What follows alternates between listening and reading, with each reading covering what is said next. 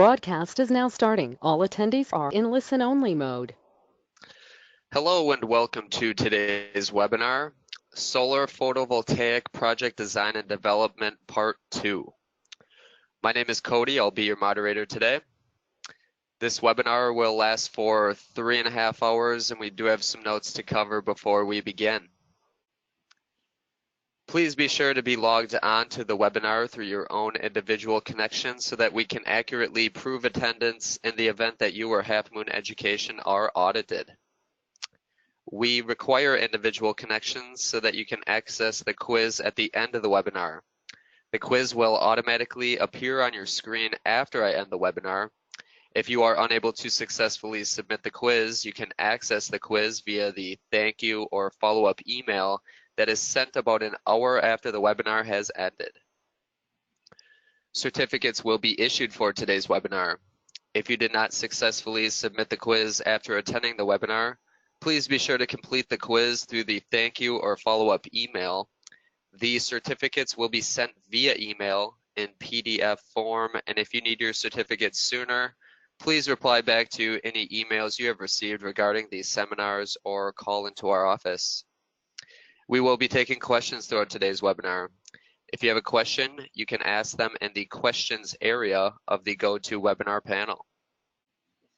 And with that, I'll hand it over to our speaker today, Mr. John Ross Cromer. Mr. Cromer is a master electrician with a mechanical engineering degree from the University of Pennsylvania. He is a NAB CEP certified PV installer and author of Solar Power Design and Development, an Introduction to Rooftop Solar. Take it away, JR. All right, welcome back, everyone. We got a lot of ground to cover, so we're going to get right in. Continuing from our racking discussion yesterday, here is a picture of like even a Spanish tile blank that replaces a tile on the rooftop in order to transition the cable through the roof. I am a big fan of internal conduit runs. To me, the way you prevent obsolescence in a solar array is to make sure that it looks good. And the best way to make a solar array look ugly is to have a big, nice looking array on the rooftop and then to muck it all up with a bunch of conduit that kind of snakes over the roof and over the side and down the wall. Often solar is on the south-facing side of a rooftop, and even if you're locating your equipment outdoors, you don't want to expose it to direct sunlight. And so, on the ground, you'll have your inverters mounted, say on the north side of the building, and the array is on the south side of the building. And so often an internal conduit run can actually not really impact the project budget, because while it might take a little bit more time to route the conduit through the attic, it's often a shorter run to where you need to get to go on the ground, being able to run the wire through the attic. So the question becomes, well, how do you actually kind of land the cables coming out of the array to go into the attic? And what I think the higher quality installers do is they put a transition box underneath like the last solar panel at the corner of the array, and then they drill a hole through the roof. This is a specialized solar transition box called a Soladeck, and what you can see is it has some flashing to get up under the shingles. Your cables and you're inside the roof, you kind of come out here and land on this terminal block, and your solar cables come in through and land on the terminal block.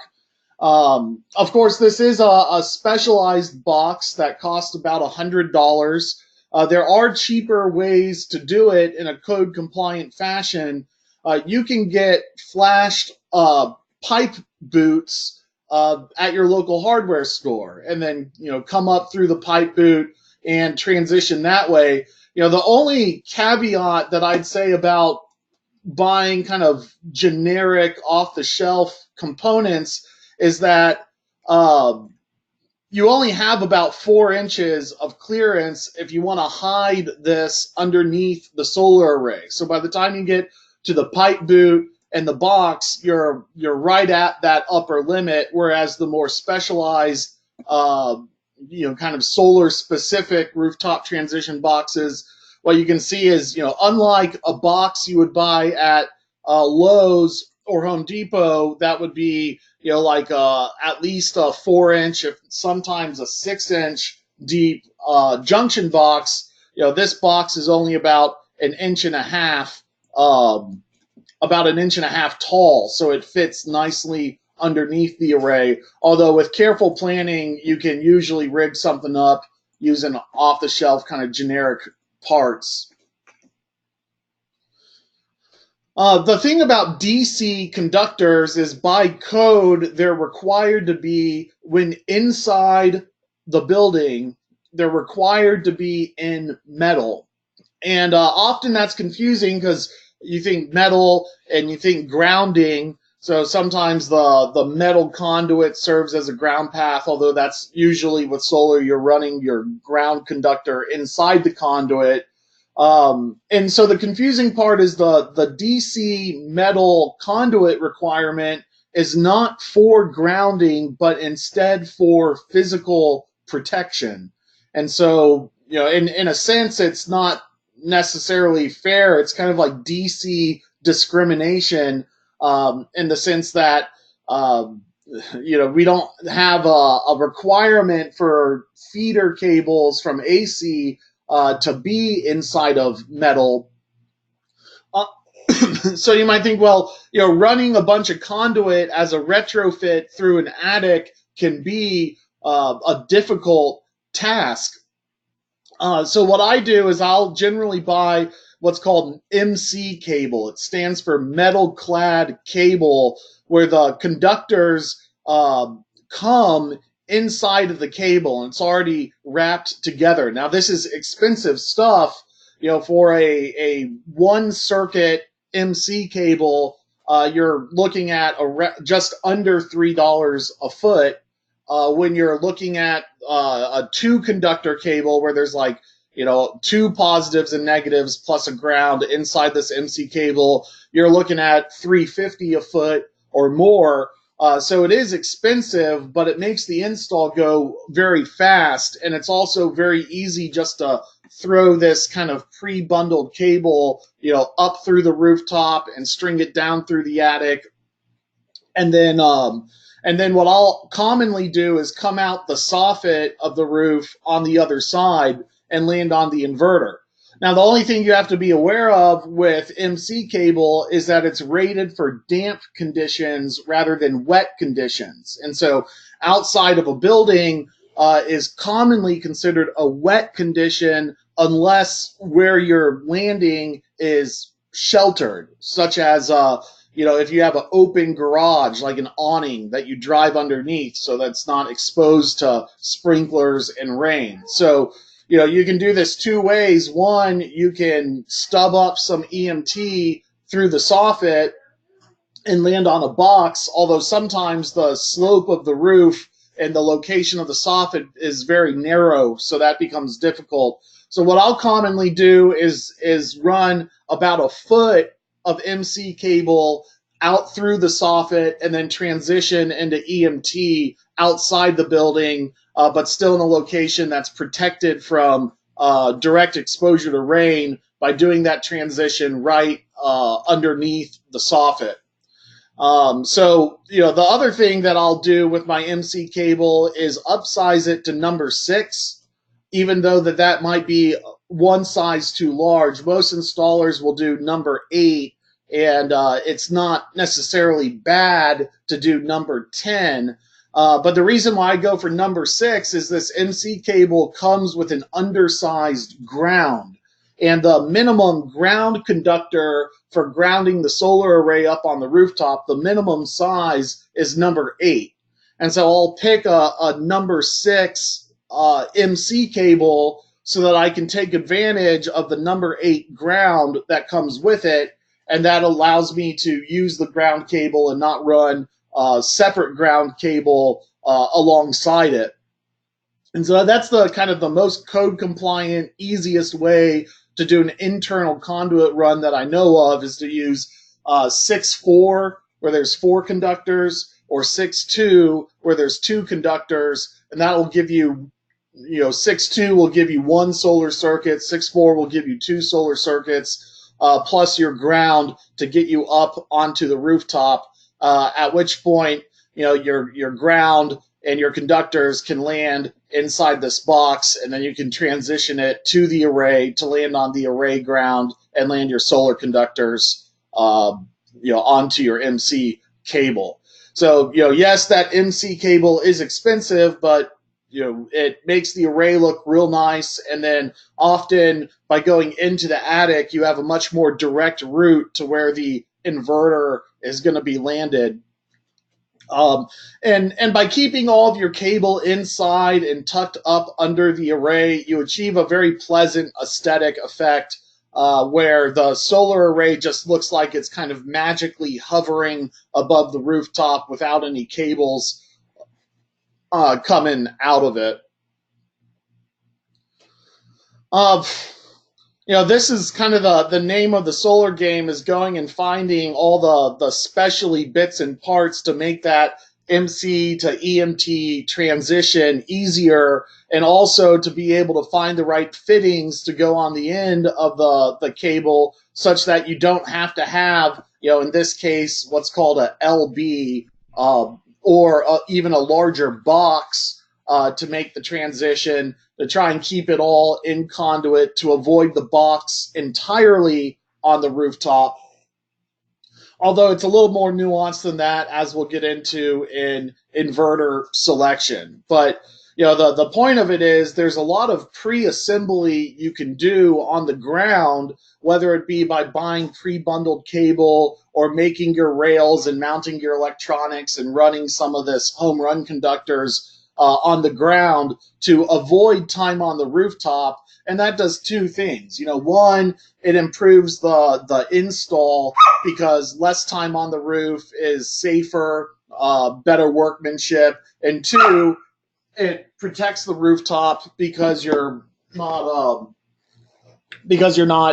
walking around on the rooftop and damaging it, scraping the grit off of the shingles, or dimpling the roof on a metal roof by not stepping carefully on it.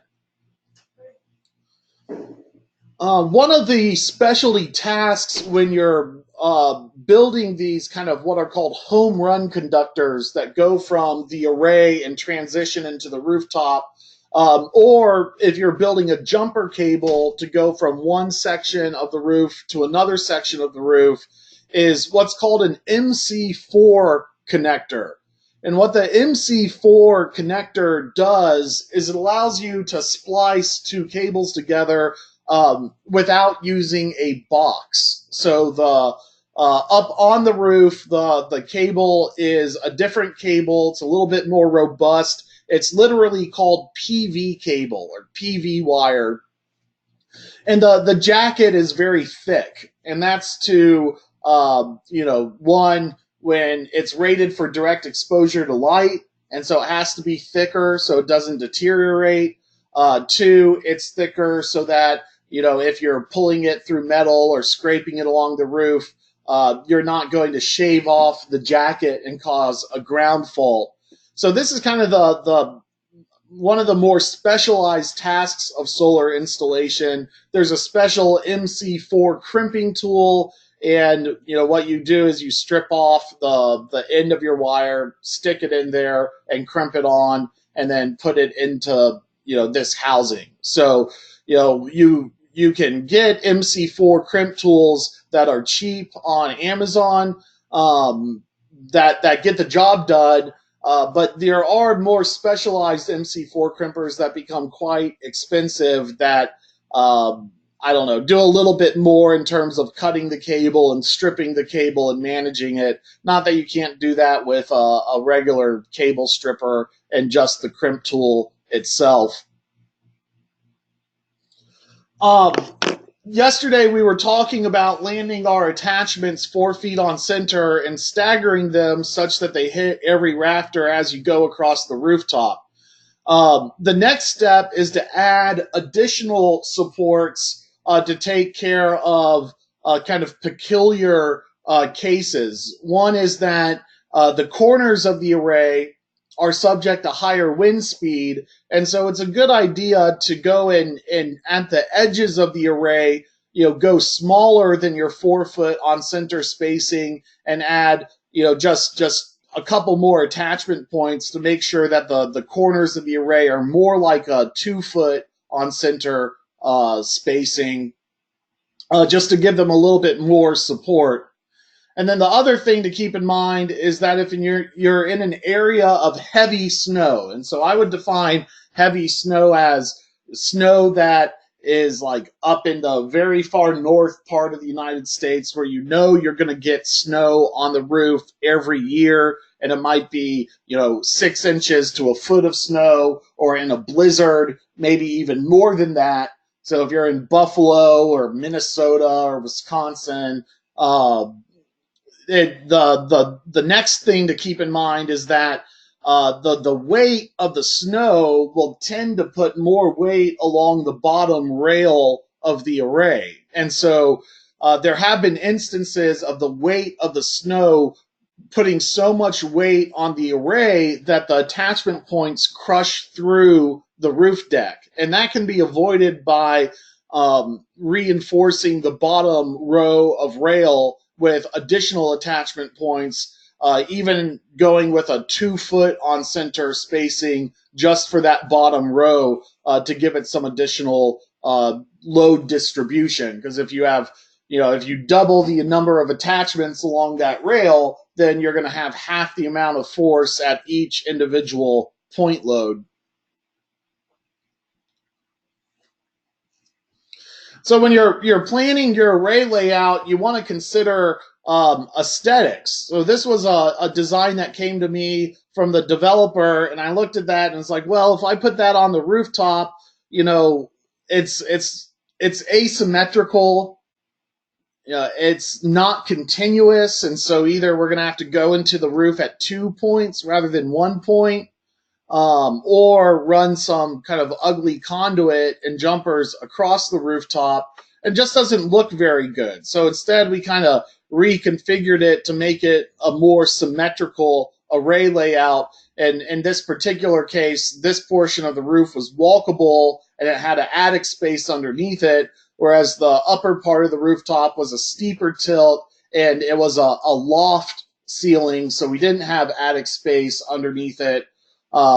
And so, I think that this array, it kind of makes it look like the house is smiling.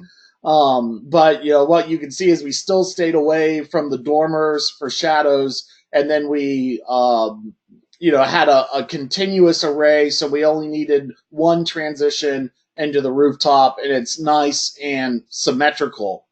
One thing that was interesting about this developer's design is they called out the worst case tributary area. And that started to get me thinking more about rainwater runoff and solar.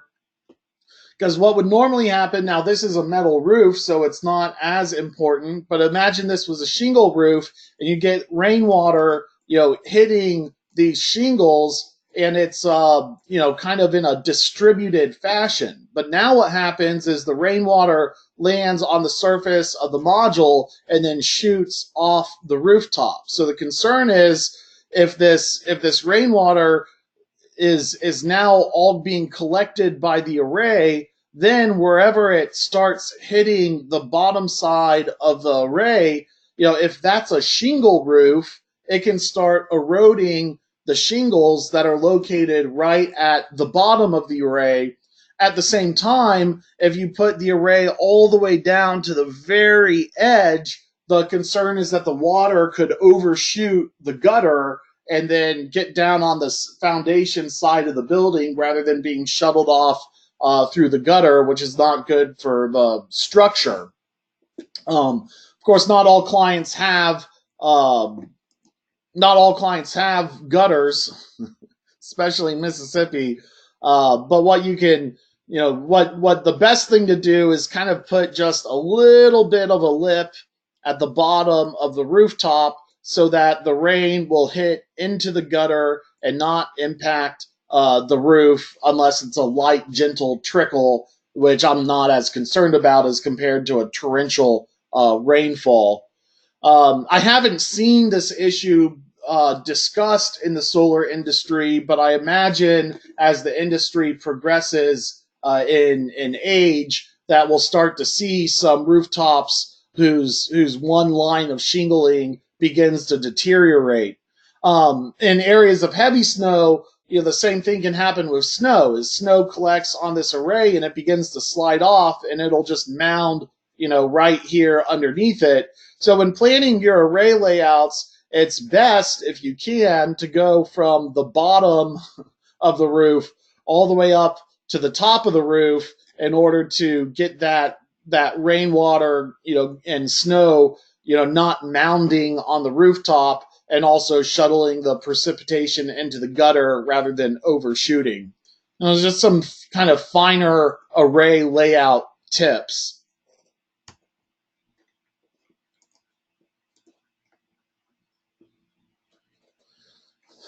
And so what you can see here is we don't have any conduit on the outside of the rooftop.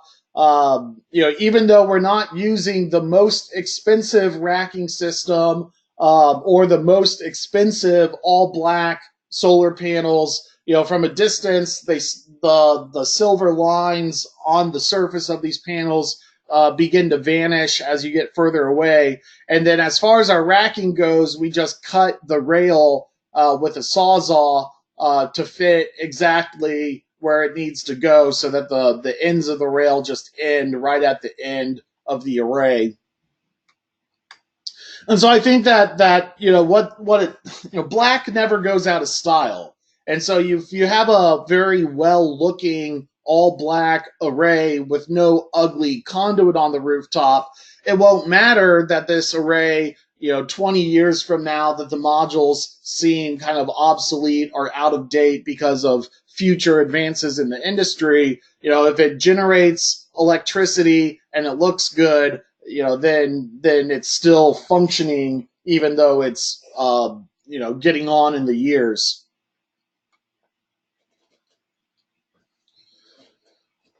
There's been advances in utility scale racking. It's common to use a pile driver and to drive the piles into the ground, although there are reasons why you might not want to use pile drivers. You might have a rocky terrain where even augering the holes for your concrete foundations could become problematic. You might be on top of a landfill, and where you can't, drill into the landfill cap, but you need something that sits right on top of the surface. And so this is a racking system that's designed with its plastic concrete ballast trays to sit on top of a landfill and not deteriorate. A landfill project might be one where you use frameless solar panels so that the metal doesn't corrode with the harsher landfill, environment. Here's a fixed in place racking system where they're doing an above ground concrete pour with the pre-built forms for pouring the concrete into. Floating solar is another utility scale trend. What's interesting about floating solar is it has kind of some additional benefits. Obviously, it's a more challenging project to install, but for, say, wastewater treatment plants or stormwater facilities, it does two things. One, it's free real estate for your solar array. But two, and usually there's heavy equipment for treating the water, so you have a facility with a heavy electrical load. So you can use the lake itself as your site. But two, it has benefits for the pond in that there's less sunlight going into the pond, so you have less algae bloom. And on top of that, it discourages evaporation, and so you retain more of the water in the pond as needed.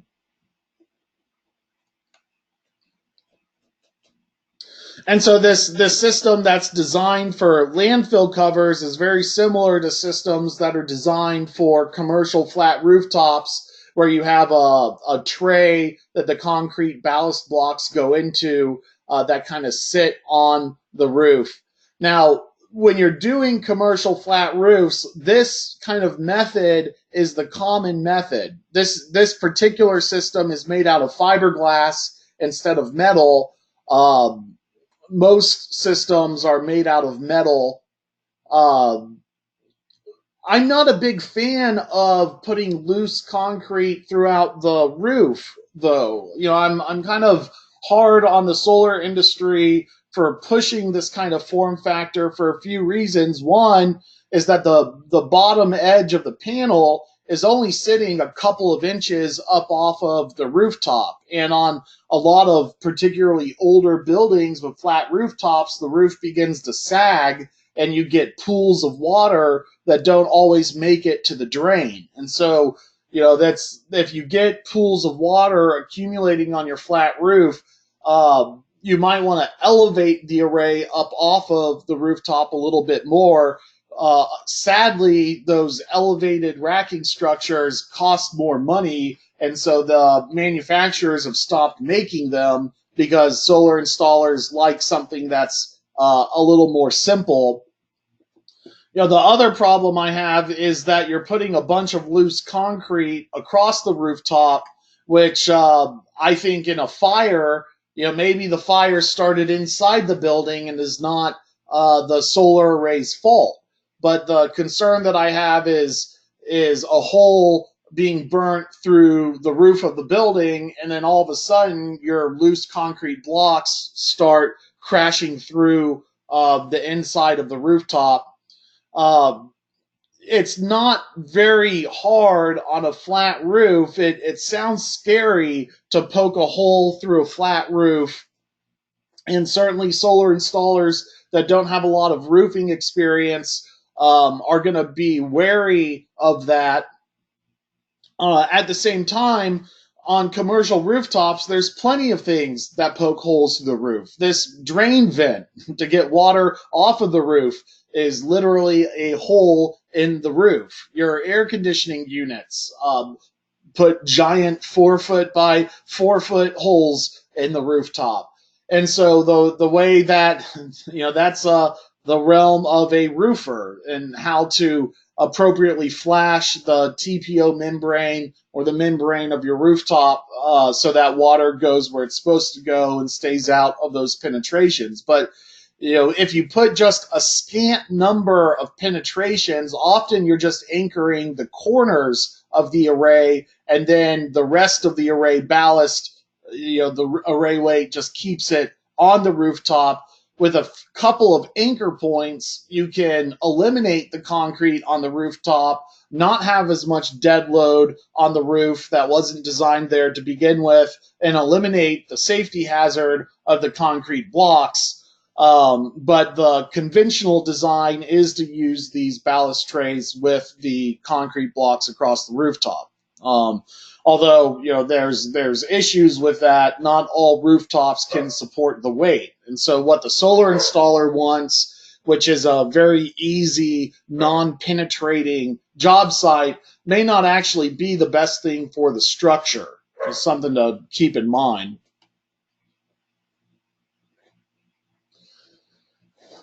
The vast majority of utility scale projects use single axis trackers, which track the sun from east to west as it moves across the sky. And that's true, even in the north part of the United States. You get some solar theory that says, well, if you're at the equator, east-west tracking is good, but if you're up in Alaska, you want north-south tracking. Well, there's also an element of simplicity here at play, and even up in the northern half of the United States, east-west tracking is what's popular, and it's the vast majority of utility scale projects. Which kind of begs the question, well, what about tracking for residential systems? And it's not so much that tracking for residential systems wouldn't be cost effective. What'll happen is very similar to utility scale. Utility scale tracking increases your project cost by about 5% and boosts your production by about 20%. And so it's cost effective to increase your project cost by 5% if you can get 20% more out of it.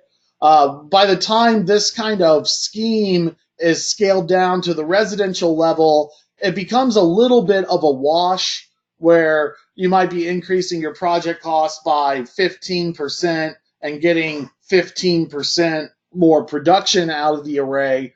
So it's not to say that tracking would not be cost effective at the residential level. It's more that there's no manufacturers out there who are supporting single axis residential tracking.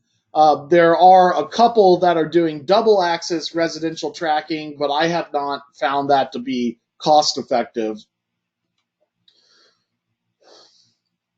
Now, I've actually built a residential single axis tracker to prove this point, but kind of my lesson learned at the end of the project was, well, maybe it does justify itself from a cost perspective, but at the same time, there's a lot more risk involved.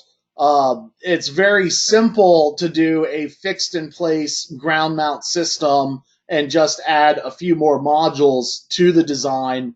What we see pictured here are ground screws. This one on the left is for rocky terrain. The one on the right is for more clayey and silty soils.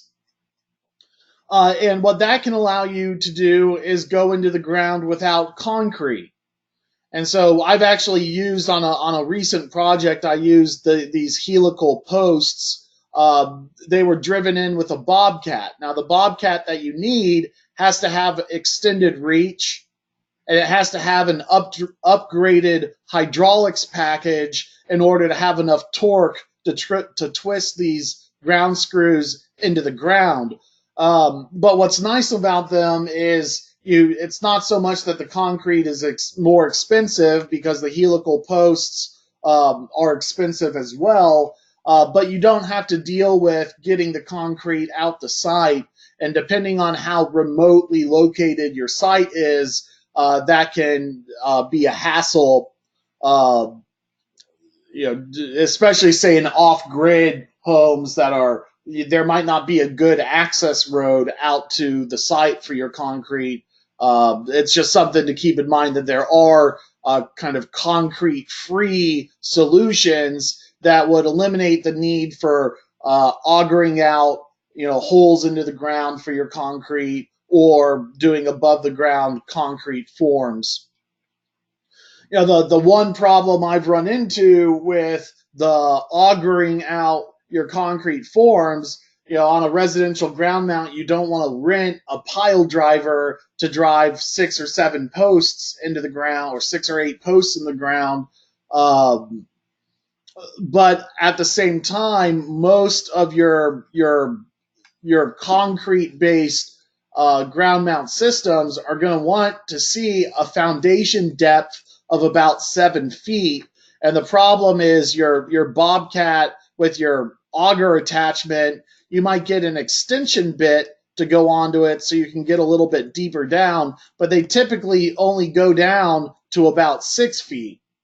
And so they don't quite reach the engineering spec of a 7-foot depth. Now, you can put a sonotube in there and have your concrete come out about a foot above the ground, and I guess that's okay.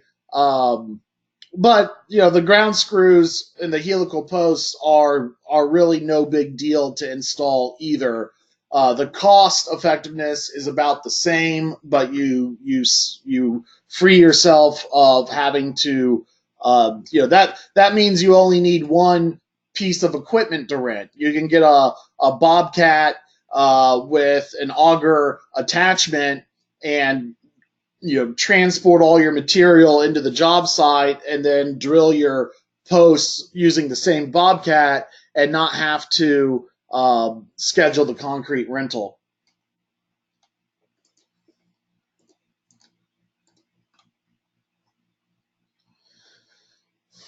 In this picture, they're showing, driving your helical posts and then leveling them off by sawing off the top part of the post with a bandsaw. I use a laser level instead, and I think that works a lot better because it takes a lot of time to cut into your structural steel posts to get that piece off. It doesn't come off easily. Not that it's not possible, it just takes, time and power. And so kind of the standard form factor for utility scale fixed in place systems is just driving posts into the ground, and then the whole array, and usually it's about 2 panels deep, is up off the ground on one post. The downside of these kind of residential ground mount systems is it's more bleacher style, where there's 2 rows of posts instead of 1 row of posts. And what that means is it becomes a little bit difficult to access underneath the array for any kind of landscaping maintenance, weed whacking, things like that. I like the look of it being up on one post a lot better with a little bit more clearance underneath. And that's one thing you do get with the tracking arrays as well, is a little bit of a foundational advantage, because instead of being 2 modules deep, the utility scale single axis trackers are typically 1 module deep, and that means the posts don't have to go as deep into the ground, and also the ground is much easier to maintain underneath.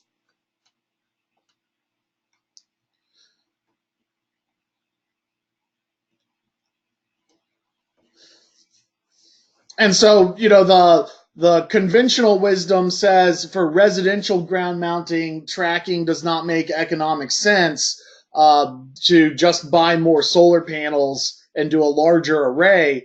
But there are some advantages to tracking that make it cost effective. And if it's if it's not cost effective, they wouldn't do it at the utility scale. The utility guys are not going to do something that costs them more money and is more hassle than what it's worth. When I look at residential single axis tracking, what I found is just it's a lack of product availability. All of the residential single axis tracker manufacturers have now moved into utility scale, and so they have no incentive to come back and serve the residential market. But with residential tracking, what I think is nice is you can put just 1 row of panels down the perimeter of the property and kind of use your solar array as a fence. And, I think it looks better than a larger form factor double axis tracker. And I think for maintenance, it's actually better than the bleacher style fixed in place trackers. So I guess this is the slide where I kind of bemoan the lack of single axis tracking at the residential level.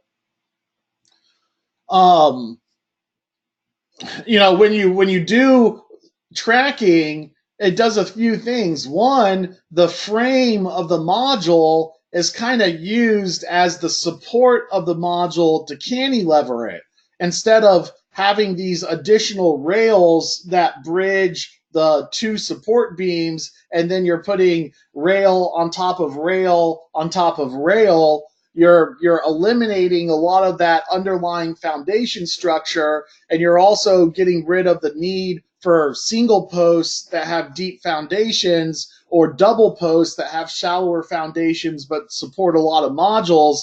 The trackers have shallower foundations because they're only supporting, one solar panel rather than multiple ones.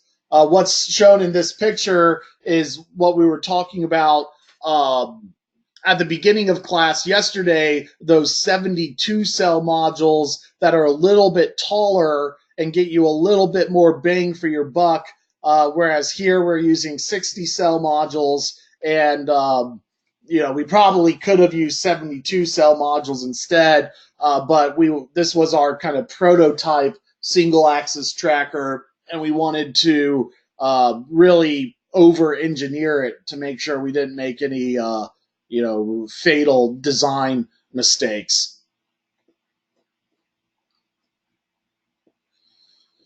So there is a company called All Earth Renewable that makes double axis trackers, and the homeowners really like them and like the way they look, although I suspect there's a little bit of the Emperor's New Clothes effect going on. You're not going to install an expensive solar array and then kind of say, oh no, I don't like the way it looks. But to me, these large double axis trackers, not only are they hard to pencil out because there's a lot more foundation work involved in supporting a giant flat plate instead of a smaller flat plate, but on top of that, I kind of think they look like old school satellite dishes, which are today, 30 years later, considered to be an eyesore rather than something that's cool. I kind of feel like the double axis trackers are walking down the same path.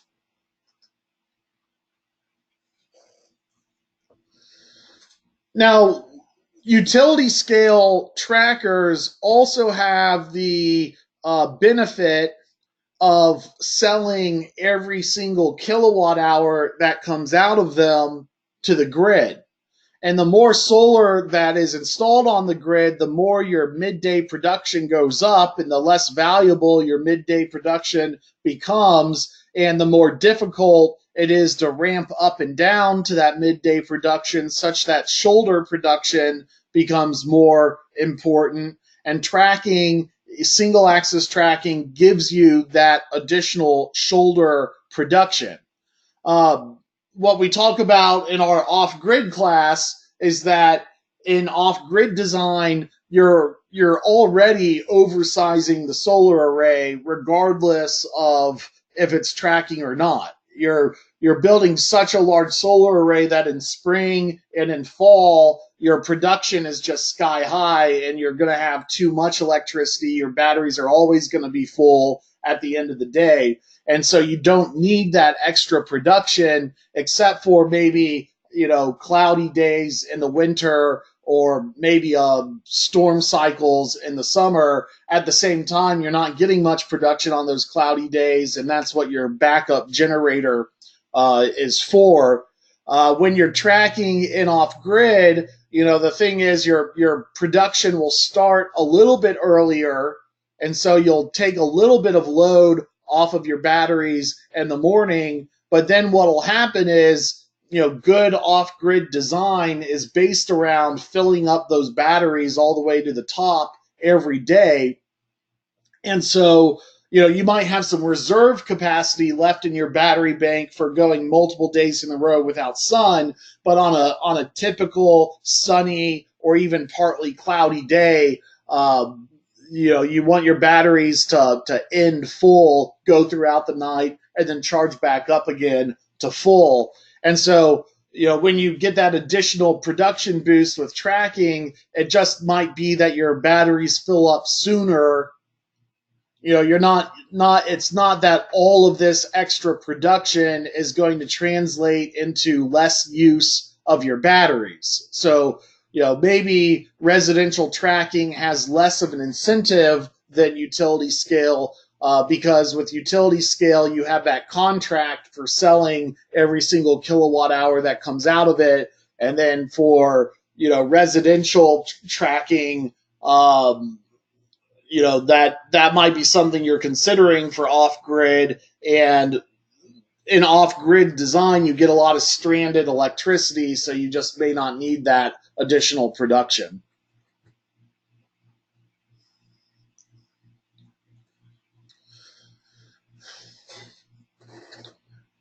Inspecting the attic is important. You can't tell your rafter spacing and what's underneath the roof from overhead satellite imagery. Although this is information that is not too difficult to gather just with a camera and a tape measure, getting up onto the rooftop and measuring the distance between rafters. So this is kind of a preliminary planning stages when we did Half Moon's Array. They gave us these drawings and they told us there's 29 gauge steel on top of purlins. So it looks to me that this metal roof is not actually sitting on top of the rafter, but that there's a gap of space because we have these wood 2x4s going east-west across the north-south rafters. And by getting into the attic and snapping a photo, we were able to confirm that was the case. And that told us, okay, well, now we need to design a system where the attachment points are going into the purlins, and whereas most traditional systems are designed to go into the rafter instead. Not that you can't go into the purlin, but you don't want to get surprised. So even if you're doing most of your design remotely, having the client go around the job site and take photos of the critical locations can provide you with additional insight. Of course, you have to think not just how the solar array is going to attach to the roof, but how the roof is attached to the house. Because the solar racking companies will give you systems that will attach to the roof in a very strong manner. But then the question becomes, are these purlins simply nailed into the rafter? And if that's the case, you may go and put angle brackets alongside the purlins to better secure them to the rafters so that in a heavy windstorm, you're not ripping the purlins out of the rafters. And so it's, often you'll say, how is the rafter system connected to the load-bearing wall? Are hurricane clips used? Some builders may not want you to lag screw into the rafter. So you end up kind of doddering additional wood blocks next to the rafter to get a better anchor point.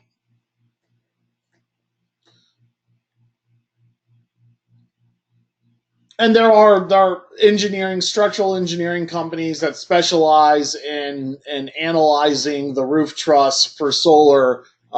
Should you have an unconventional roofing system or a weaker roofing system that needs a closer look.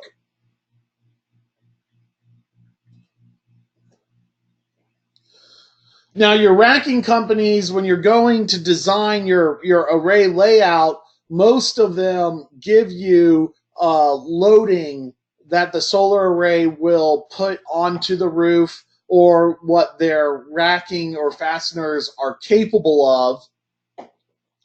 So this comes from a very popular manufacturer for standing seam metal roofs, and also for this particular bracket was for corrugated metal that goes through the metal into the rafter. And what we see here is they give us different kinds of roofing material. They say, okay, well, if you're going into vertical rafters, you can use 2 fasteners, and with a safety factor of 3 applied, that's a 440-pound pull strength. If you use that same rafter, and instead of going perpendicular to the seam as you would be if you're going into, say, a purlin, if you're going parallel to the seam as you would into a rafter, you get a little bit more pull strength out of it. No big deal. What I think is particularly interesting about this graph is not only are they giving you pull strengths for purlins or rafters, they're also giving you pull strength for decking. So can you just attach straight into the decking and ignore where the rafters are? Well, solar installers prefer to go into the rafter. They don't like the decking-based systems. It's not as strong as an attachment. You can really tell when you land on a rafter and how it pulls down on the lag screw. When you go into the decking, it's a looser connection. And so, decking-based systems, installers are more concerned about roof leaks. And what we can tell is that going into the decking, there's also less pull strength. However, it's not a negligible amount of pull strength. What this kind of implies is that if I double up on my number of attachments, I could go into the decking and have a similar pull strength as going into the rafter. So in fact, you do run into cases where certain rooftops, the attic is not accessible. For instance, if you're putting solar on a trailer home and the attic space between the roof and the ceiling of the interior is filled up with foam, and so you can't really tell where the rafters are, and so you can't plan on hitting a rafter. That would be an instance where you would select a decking-based racking system rather than a rafter-based racking system. Furthermore, the decking-based systems tend to go on top of the shingles rather than under the shingles, and so you might find, just based on the shingle of the rooftop, that if it's an old shingle but they don't want to replace it for whatever reason, maybe it's like a concrete asbestos shingle or something like that, where you don't want to pry it up to slide your flashing underneath. You would select a decking-based system. So there are decking-based attachment systems on the market, and they're generally used as a no other option selection rather than a default selection. And so here's an example of a decking-based solution that's made by a company called RTE, and and basically they put butyl tape all around the attachment point, and you're putting in more attachments into the rooftop. Maybe 2 foot on center all the way across the roof rather than 4 foot on center.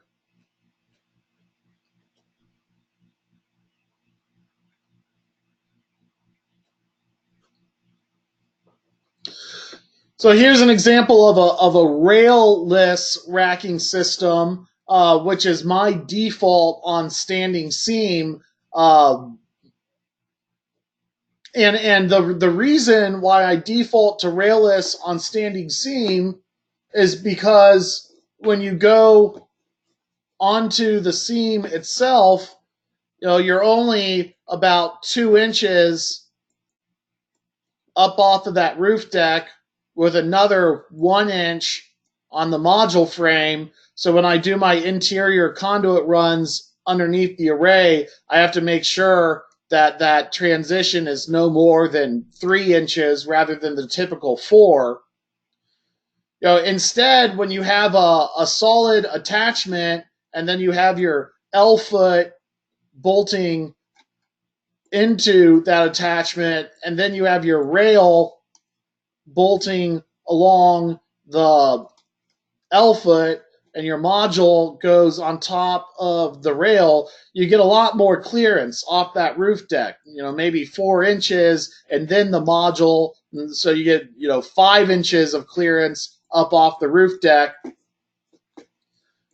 You say, well, isn't clearance up off the roof deck a good thing? Well, not in the case of standing seam. Normally, yeah, you have the pull strength, you want a good high clearance, you get a lot of airflow, you can visually look underneath the array to make sure that the workmanship's good, you can visually look underneath the array to tell what's going on if there is a critter nesting underneath the array.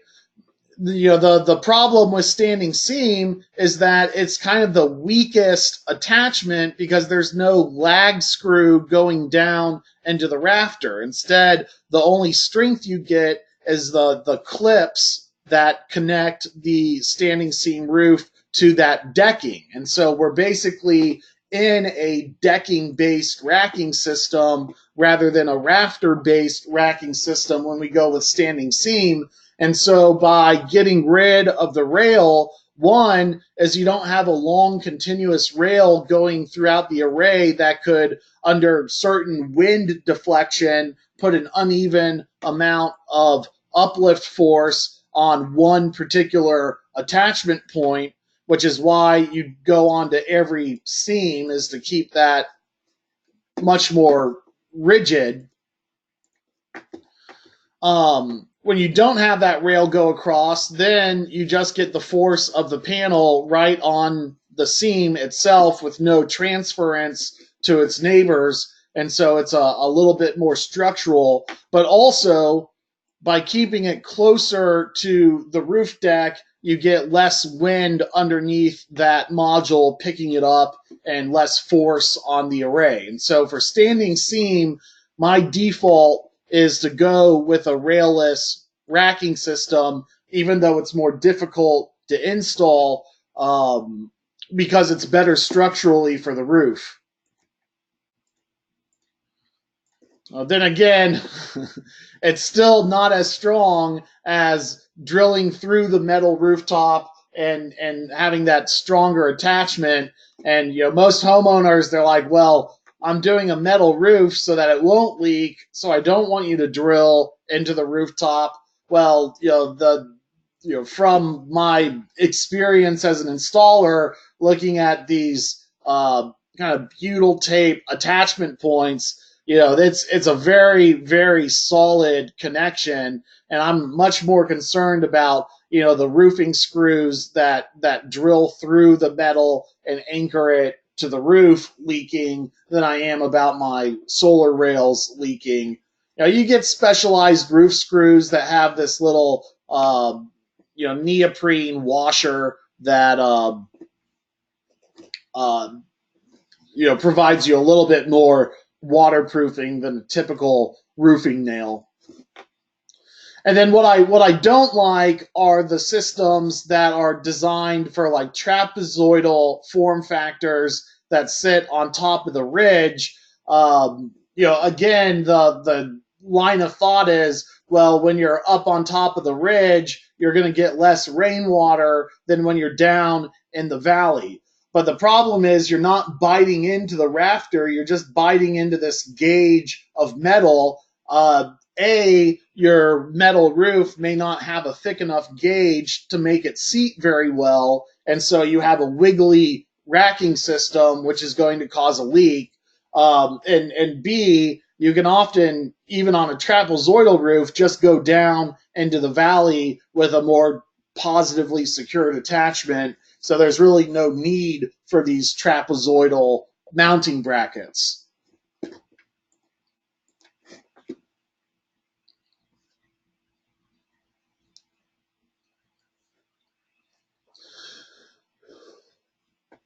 And so here's a load span table for standing seam metal roofs based off the width of the standing seam panel, which are usually about 16 inches. So we're looking at a 1.25 feet to 1.5 feet. And often they'll be put on top of plywood, half-inch plywood. And so your uplift force becomes 53 pounds per square foot.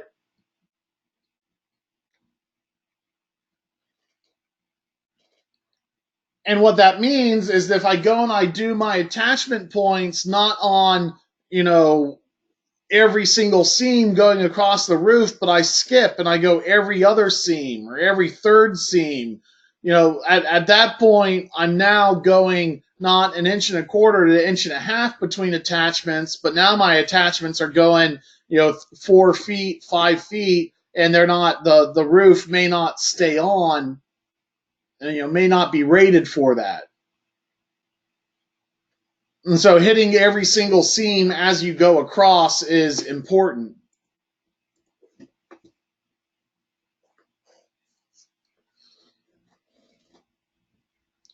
So that gets us back to our previous discussion about reinforcing the corners, particularly, maybe if you have a giant standing seam rooftop, once you get into the interior of the roof and the interior of the array, you can transition and go into every other seam.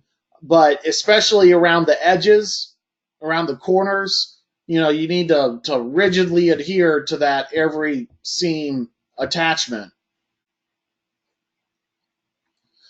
Back on what we were saying with our commercial roof, this slide probably should have come a little bit earlier. Here we have an elevated racking structure that stays up off of the commercial flat roof, so you can get pools of water without concern about that module edge just sitting 6 inches or 4 inches above the roof deck. This was a product made by Unirack, and sadly, we bought the very last production run of this racking system because they said they just couldn't sell it. Everyone wanted this stuff, which comes from the satellite dish mounting industry. Let's just put a satellite dish on the roof and anchor it down with concrete. Well, that's all well and good, but now you're filling the whole roof with concrete blocks, whereas we were able to eliminate the concrete. And what you can see here is as a result of engineering, we're just anchoring the corners of the array. And most of the array is up on pipe blocks, pipe supports that are used to support conduit. We get a little bit more robust one, and that's being used to support the solar array. So the solar array is ballasted. The solar array does not have the same penetrations that you do get on a residential array. It's just the corners are anchored to give it a little bit more uplift, pull strength, and really just to keep it in place so that gust of wind don't start pushing it around on the rooftop. So you can either, that's what the concrete blocks are more to counteract, is the lateral forces rather than the uplift force. And so by providing a few anchor points, you can counteract the lateral forces just as well. More earthquake friendly as well. And so the way that we sealed this penetration is here we are drilling through the roof, cutting a hole in the roof, drilling into our metal beams underneath, and then they're tamping down the TPO membrane, and then there's a special flash pipe boot for TPO that then gets kind of melted with a heat gun, like a hair dryer. It's just melted onto the TPO membrane. And when you go and actually look at one of these seals, it becomes very apparent that there's no water getting in there because it just kind of becomes part of the roof itself. Now, just like when you patch a TPO roof, you put a pad on it and then you melt the patch pad kind of into the roof.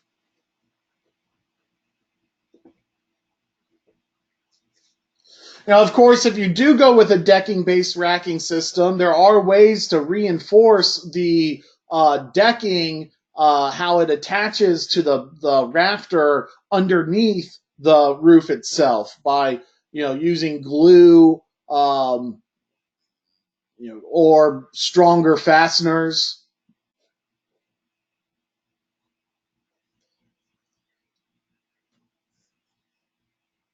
So if you do have to go with a decking-based system, or you do have to go into purlins, it's not the end of the world either.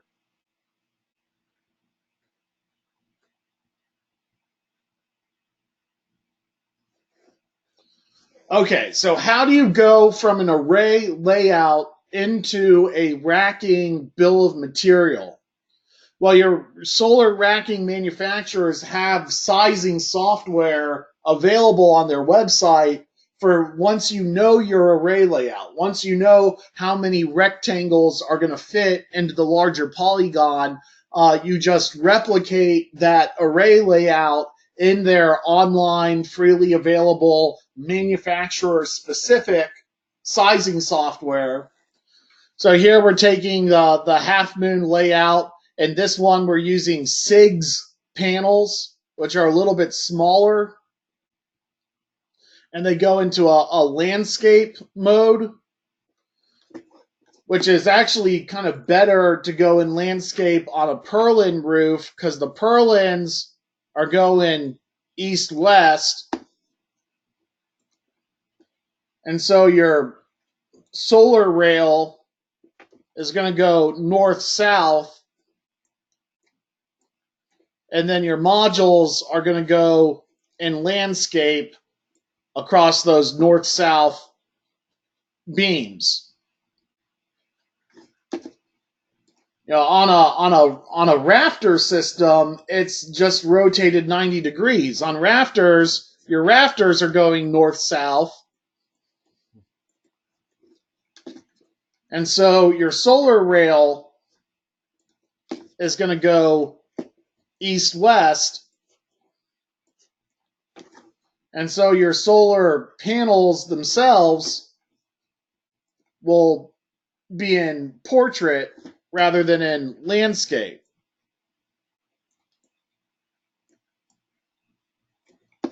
And so kind of depending on whether you have purlins or rafters will give you a whether or not you go with a landscape or portrait orientation. Now that's like step one. Step two is, well, if you prefer a landscape orientation because maybe more panels fit on the roof, because maybe you're using a proprietary panel with a proprietary inverter system that calls for landscape, or maybe aesthetically you prefer landscape, you still could run it. You just have to take a closer look. You have to say, back yesterday we were talking about those zones where you can actually land the rail on the module frame and still be within spec. You have to look at your purlins and purlin distances and your array layout, so that if your purlins are running east-west and you're only using, a select number of purlins for your attachments, you need to make sure that your panel is going to actually land on those purlins and that the zones are going to be within spec of the panel. Sometimes it works out, sometimes it doesn't. Purlins are a little bit trickier than rafters.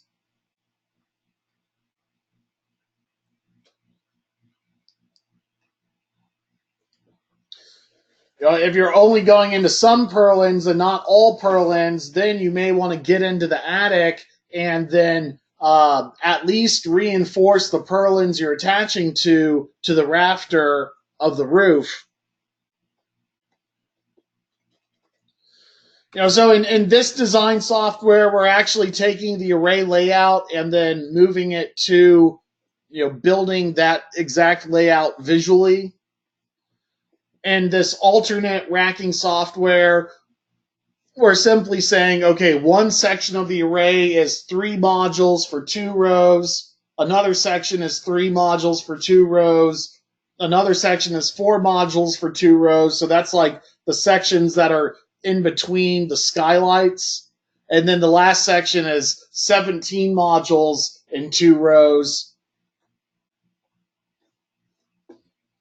Your racking design software will ask you about the environmental conditions. What's your wind speed? What's your snow load? What's the exposure category? So, are you to open wind, or are there objects around that are going to break up the wind?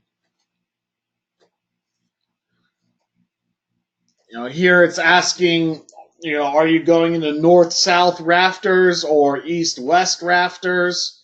What's the distance between the purlins or distance between the rafters? These are just kind of some screenshots of commonly inputted variables when you're doing a racking software layout. Nothing too complicated.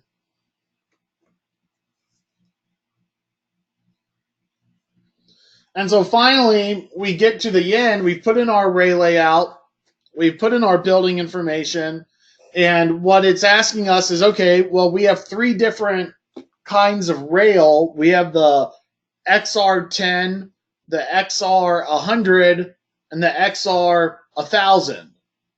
And the XR10 has a maximum span of 5 foot 3 inches, except for zone 3, which is the edges of the roof that have the higher wind speeds, the corners of the roof. The interior of the roof is zone 1.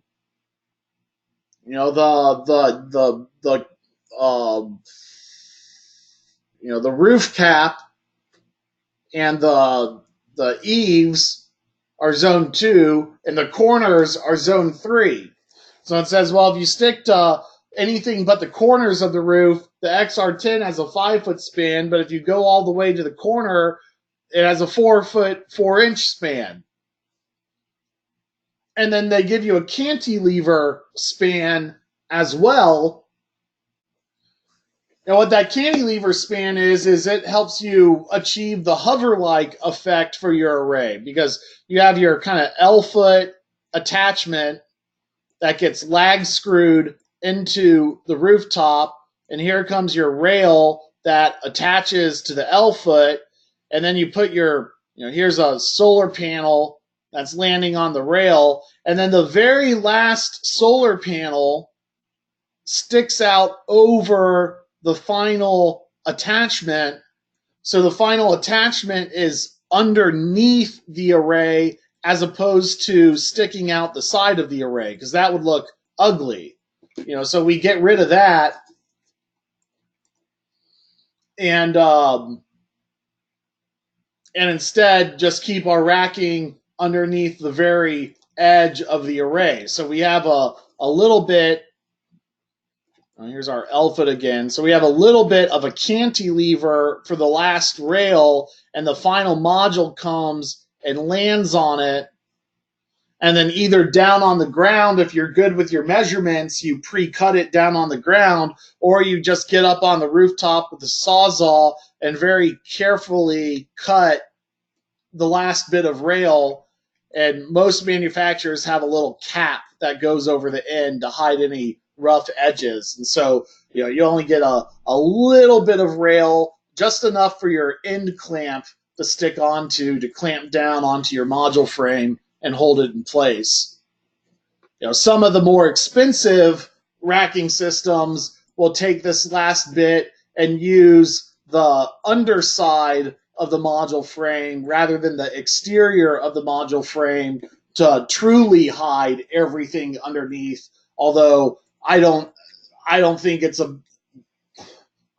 that big of a deal. I don't think you can really see the 1/2 an inch that comes out the side of the array, provided that it's black and matches your module frame. You don't really see it, but there are certain designer homes where that might be a consideration.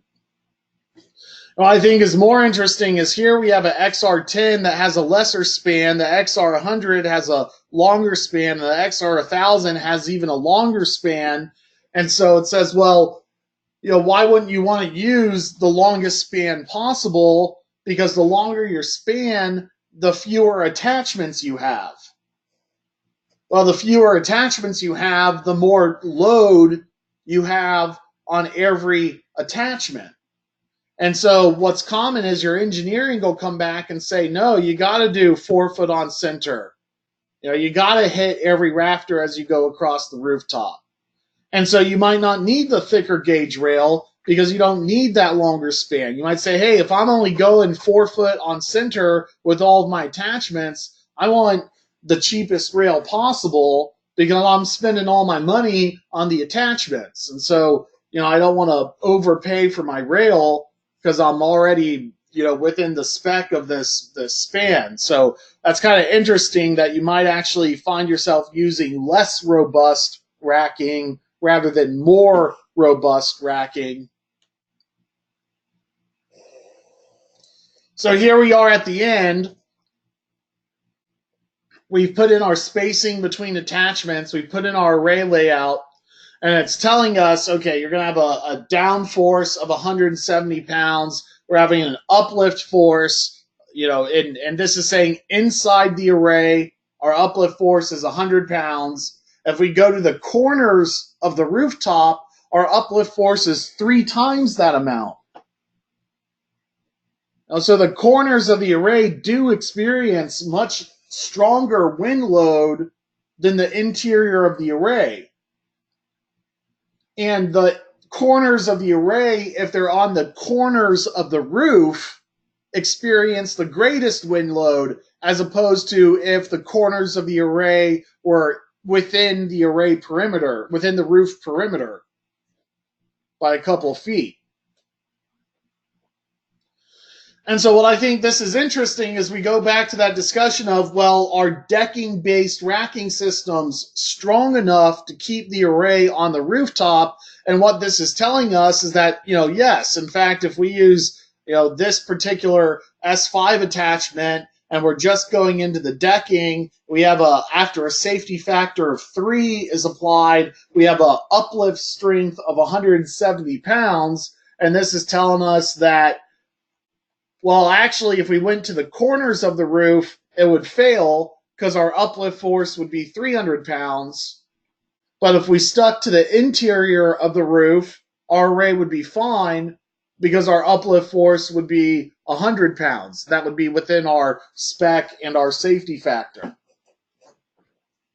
So I think that that's interesting. There's a lot of solar installers, they mistrust the decking-based racking systems, and rightly so, because if they're skipping over the engineering process and they went and all the way to the edge of the rooftop, they would find themselves installing an out-of-spec system. But it's not to say that with a little bit of engineering inspection that the decking-based racking systems wouldn't work. You just have to stick to the interior of the roof.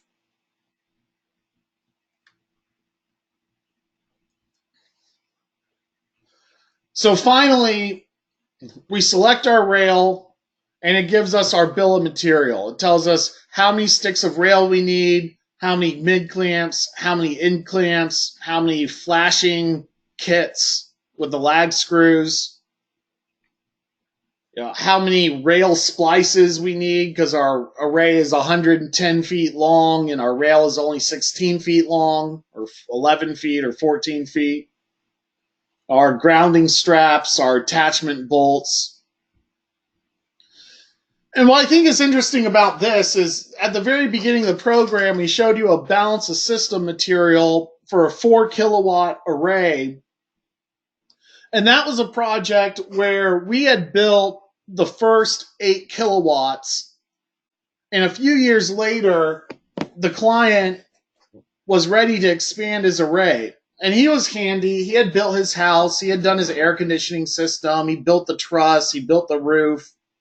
He was handy. And so he wanted us to do the initial 8 kilowatts.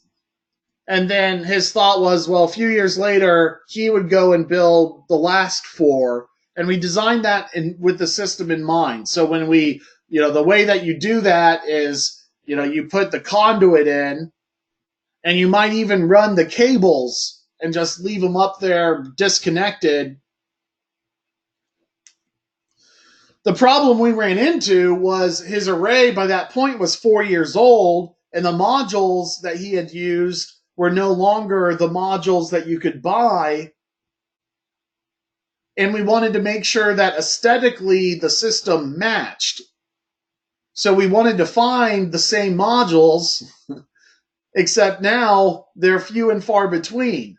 And so sometimes when you're buying, last year's solar panels, you can get a good discount, but it goes a few years back, and all of a sudden they become rare, and they might not be available to purchase at a discount.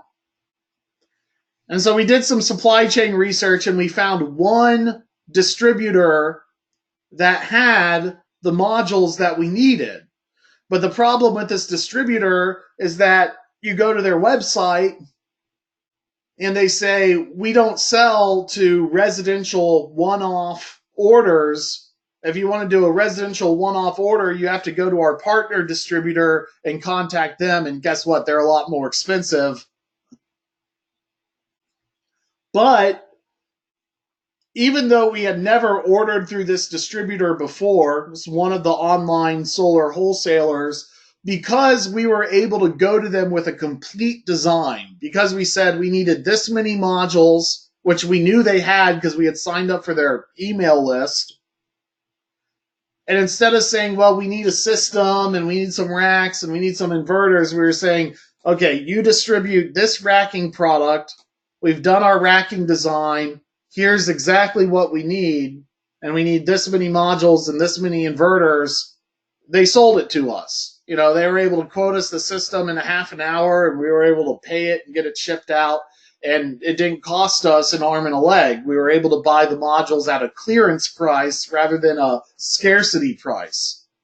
And so that's where, doing the legwork on the design can really, open up the supply chain, because it's not like the solar supply chain is firmly established like in the air conditioning industry.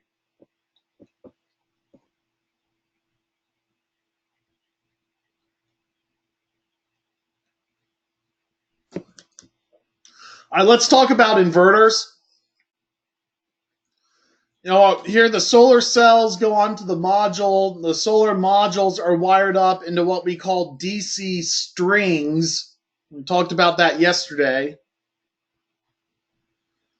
Well, where that translates is that there's an inverter called a string inverter, and that does a whole circuit worth of solar panels. A string inverter. They can do multiple strings. That's opposed to a system called microinverters, where there's an actual inverter behind every single panel on the roof. So every panel gets its own inverter. And those are kind of interesting because now that you have AC coming out of the roof instead of DC, you no longer have to put your home run cable in metal, because AC doesn't need to be in metal, but DC does. And then there's another kind of system called DC optimizers, and it looks like a microinverter system in the fact that there's a box behind every single panel, but these are just voltage regulators. They don't do a DC to AC inversion. They do a DC to DC conversion. So what I mean by that is that with a regular string inverter, the voltage of the array is going to fluctuate and the amperage is going to be relatively stable, and then the string inverter outputs a constant, 240 volt, 120, 240 split phase with a variable amperage based on how much sunlight there is. So the inverter is doing a lot of energy management as well as inversion, and the inverter can take the spiky voltage. These voltage regulators, or they're called DC optimizers, behind the panel regulate the voltage going into the inverter so that instead you get a constant voltage going into the inverter and a variable amperage. And that means that some of the work that the inverter was doing is now being done by the string optimizer up on the roof. Or you get microinverters, which it's one inverter per panel. It does everything on the roof. So why is that important? Well, originally it was about shade, because if you get one module turned off, it's going to turn off the entire circuit. And so with a string inverter, any amount of shade can wreak havoc on the production. So what's so great about microinverters and DC optimizers is one panel can be shaded. It could be a tree in the morning or the evening. It could be a chimney that casts a sundial-like shadow across the entire array all day, but it just changes locations. So what the microinverters and the DC optimizers allow you to do is use the entire rooftop and not just the section of the roof that gets no shade at all. Larger projects means economies of scale, so that the temporary shade matters less. And so the microinverters and DC optimizers really solved the shading issue. It's not that the solar panel will work in the shade, it's that it's partial shade, it's temporary shade, it's shade that's not going to be there all day long.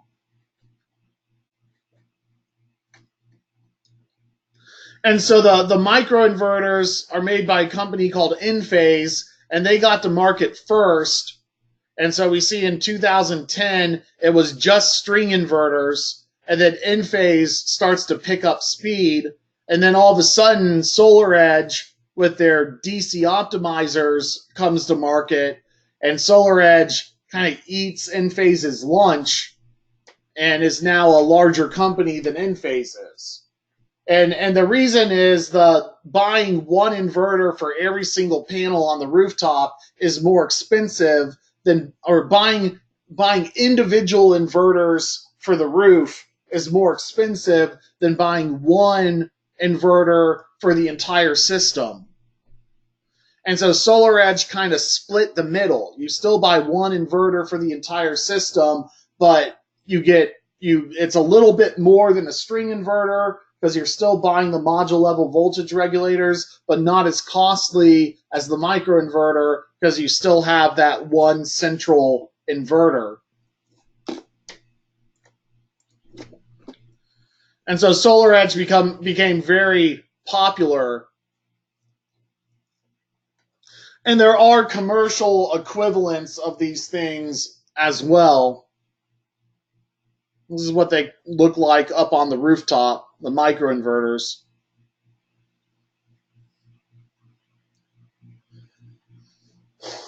Well, around 2014, there became another reason to use microinverters and DC optimizers. It's not as good of an issue as shade, although in some ways it's more important. It's safety. It's kind of an incomplete, there's counter arguments to this, but it's made it into National Electric Code. So National Electric Code now says that any conductors outside of the array perimeter, and it's since been redefined in latest edition of codes to have it actually be the array perimeter. You used to have like a 6-foot boundary, but now it's a 1-foot boundary. And so this applies to little individual subsections as well as larger sections. So it's become more stringent. It would apply to the jumper cable that goes in between two subsections as well as the entire array itself. So outside of the 1-foot boundary, you have to be able to turn the array off. It's a fire code issue. The fire burns down the building. The firemen want to get inside. They want to make sure that the solar array is not feeding any conductors inside the building, even though those conductors have more rigorous protection than others. They need to be turned off. And so what the microinverters do is they turn off. Just like there's already, going back to the year 2000, there's a requirement that says when the grid goes down, the inverter has to turn off. That's for a grid connected inverter. So if you're backfeeding the grid and the grid goes down, the inverter has to turn off. And that's because there's power lines and the lineman needs to fix the power lines, and they can't have your system backfeeding the grid when they're trying to fix the power lines. They could electrocute themselves.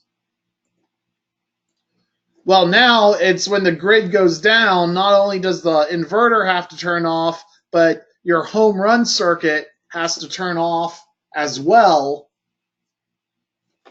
And so when the microinverters are up on the roof, they all turn off and the array turns off, and that's fine. When the Solar Edge DC optimizer system turns off, the DC optimizers turn off, and your power is confined to the array perimeter as well. But what these changes to National Electric Code have pretty much done is made string inverters illegal.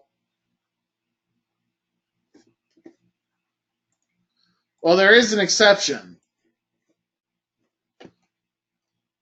Because that's the problem is now you have to use these more expensive inverter systems even when your rooftop is not shaded.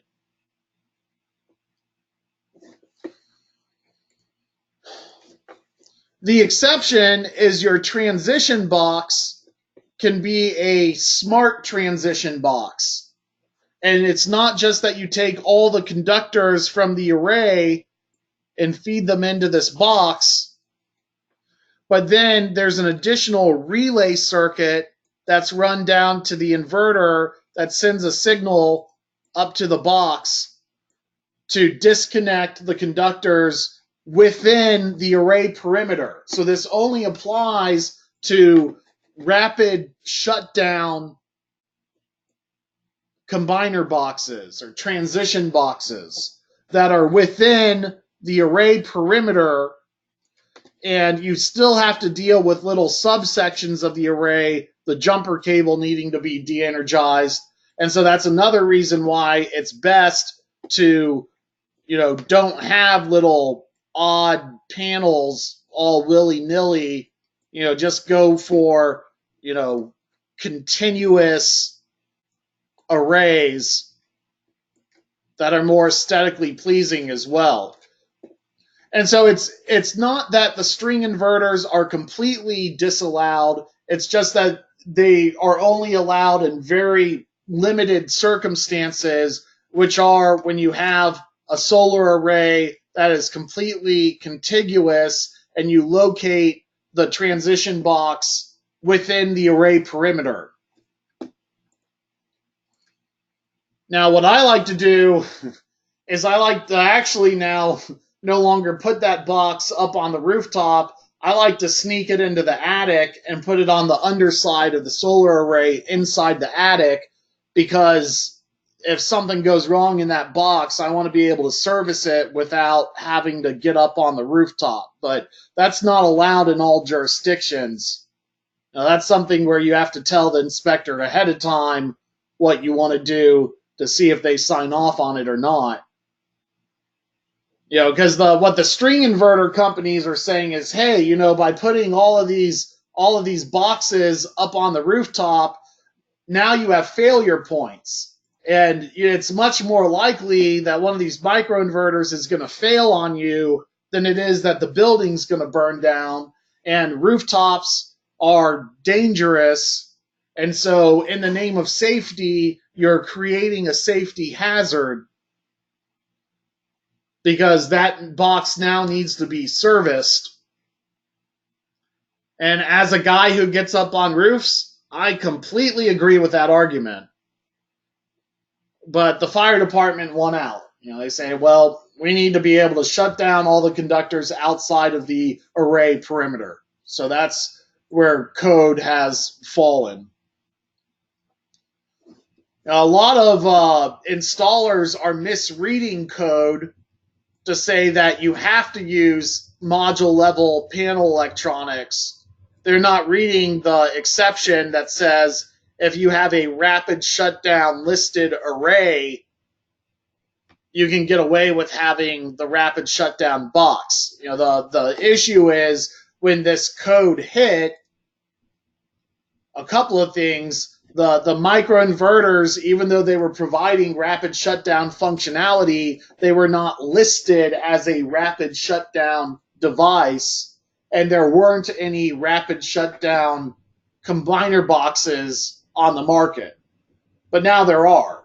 Fronius, a string inverter manufacturer, makes it.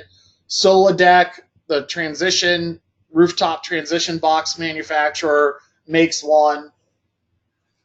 But it's still a more aggressive liberal reading of code. The conservative reading of code says you need to have these microinverters or module level optimizers.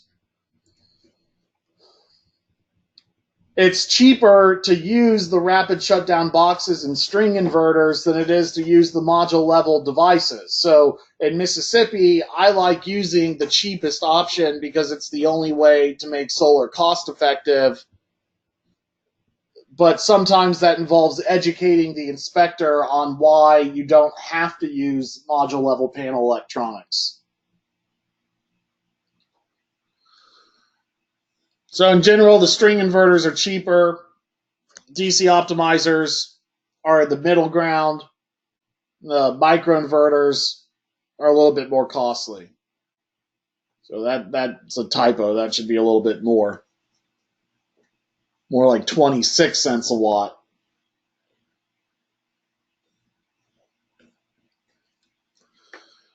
So there's a inverter startup called Pika. They actually just got bought by Generac, and they make string level optimizers rather than module level optimizers.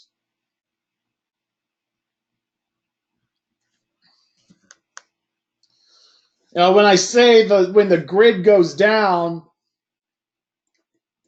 the array has to turn off.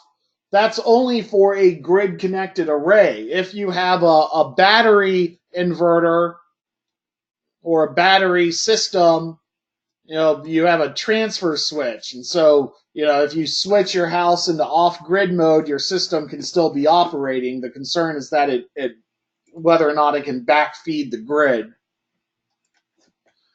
It's kind of interesting. I've been moving more towards off-grid design, even when the house keeps its grid connection. On a recent house, we had a manual transfer switch. So the customer is normally running the home in an off-grid mode. But if they have the whole family over for the holidays and they need more than 12 kilowatts of power, they can take that switch and transfer it into a grid-only mode.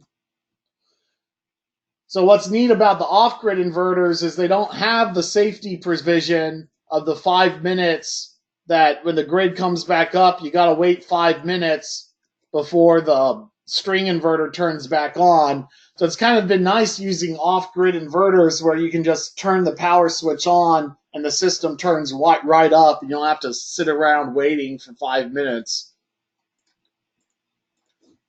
It's more of an advanced issue. We're going to get through this inverter section, then we're going to take our break. How do you determine how many modules go on a circuit? How do you determine what module goes with what optimizer or microinverter? Well, again, just like with racking, the manufacturers have provided software online for you. So you can use commercial solar design software that has all this stuff plugged in. It's really just a function of the operating specs. But the manufacturers want to make it as easy as possible for you to design a system using their product. So here is a string inverter software put out by Fronius, and you pick out your panel and you pick out the inverter. And so, we know the panel because we got an email from our distributor on a great price, and we say, okay, I'm buying a pallet of those panels. And we know our inverter because we know our inverter is 20% undersized based on how many panels we're buying. So if we're buying 8 kilowatts of panels, we're looking for a 6 or 7 kilowatt inverter. So we input our panel and we input our inverter, and it says, okay, here are all the acceptable conditions. So you can have one circuit of 5 panels, one circuit of 7 panels, one circuit of 10 panels, 2 circuits of 5, 6, 7, 8, 9, 10. This particular inverter has 2 inputs with 2 strings each per input. It's called a maximum power point. So it used to be that all the panels on a string inverter had to face the same direction. And an advantage of microinverters or DC optimizers is that since the panels operated independent of each other, they could face different directions. Well, now the string inverter manufacturers have caught up and they say, okay, well, we're going to design our inverter so that there's 2 different inverters inside of our inverter so that you could have one array facing east and the other array facing west, and they're on 2 different maximum power point trackers. So we could do 2 circuits of 7 and 2 circuits of 9, and that would be acceptable. So sometimes depending on your array layout, you have to get a little funky. If we had to fit 25 solar panels onto this string inverter, what you could do is you could do 2 circuits of 8, that's 16 panels, and then 1 circuit of 9, and then your 25 panel system works on your string inverter. For SolarEdge, it's the same thing. We're putting in our specific solar panel. In this case, we're using a SIGS solar panel. It's a oddball non-silicon solar panel. We're saying, okay, our array layout has 132 panels, and this is our panel. And so it's telling us, okay, well, 132 panels is going to be about 20 kilowatts. And so what we want you to use is 2 10 kilowatt inverters, and there's going to be 6 circuits. And then it'll make a recommendation. You need to use the P405 model DC optimizer.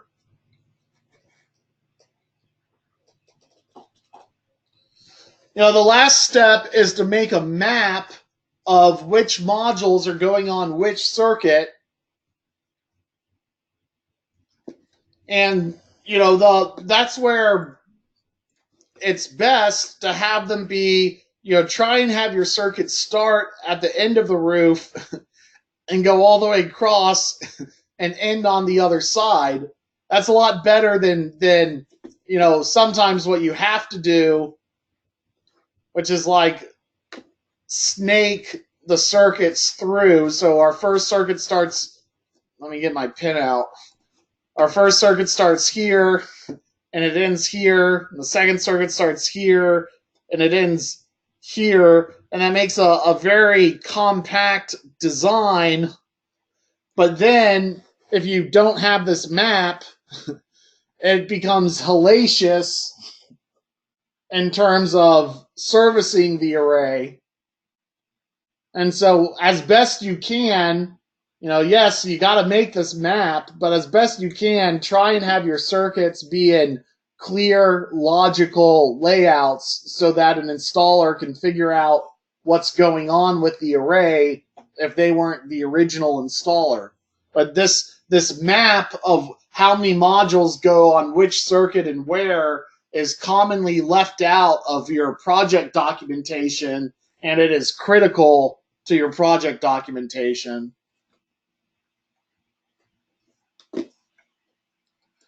And so it's like if you have, how many panels is this? 1, 2, 3, 4, 5, 6, 7, 8, 9, 10, 11. 1, 2, 3, 4, 5, 6, 7. So we have 77 modules.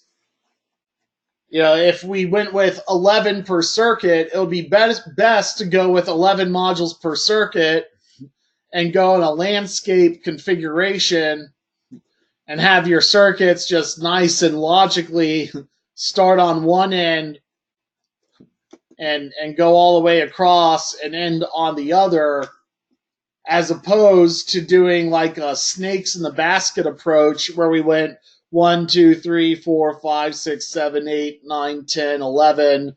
1, 2, 3, 4, 5, 6, 7, 8, 9, 10, 11. 1, 2, 3, 4, 5, 6, 7, 8, 9, 10, 11. You know, that's not logical, and I'm not counting them anymore, but you know, you kind of get the point where that's going to be a lot more complicated than something much more straightforward.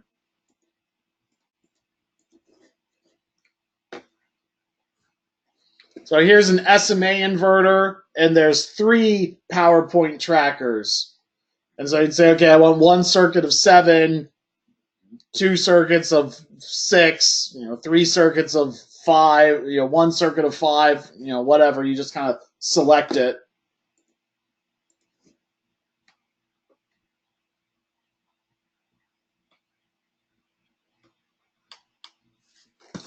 So it is 15 till. Technically, we got a 15-minute break here. So let's take our 15-minute break, and we'll pick back up at the top of the hour. So we'll see you back here at the top.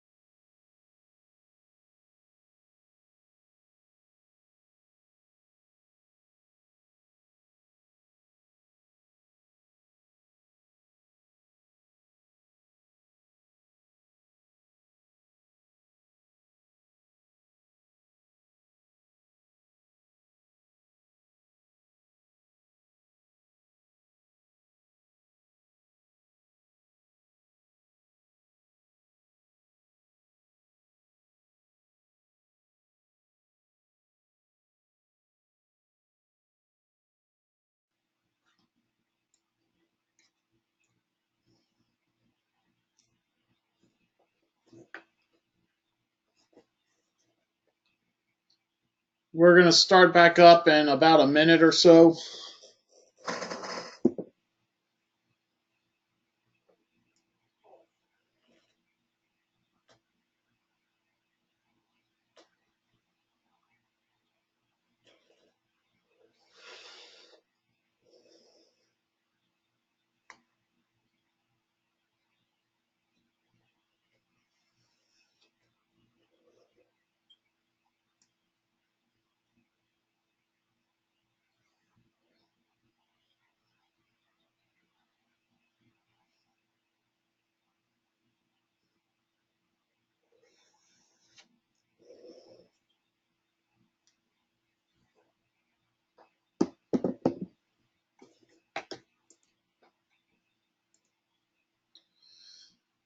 All right. Welcome back.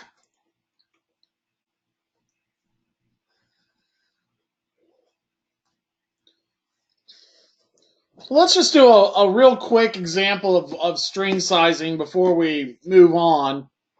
Pull up a Google search here.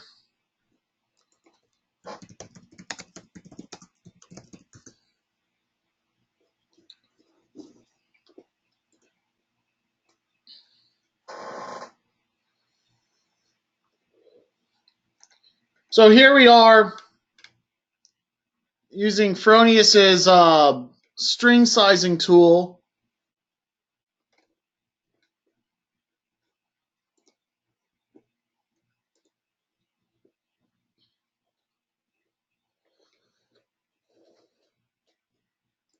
Let's see, where is it? There we go.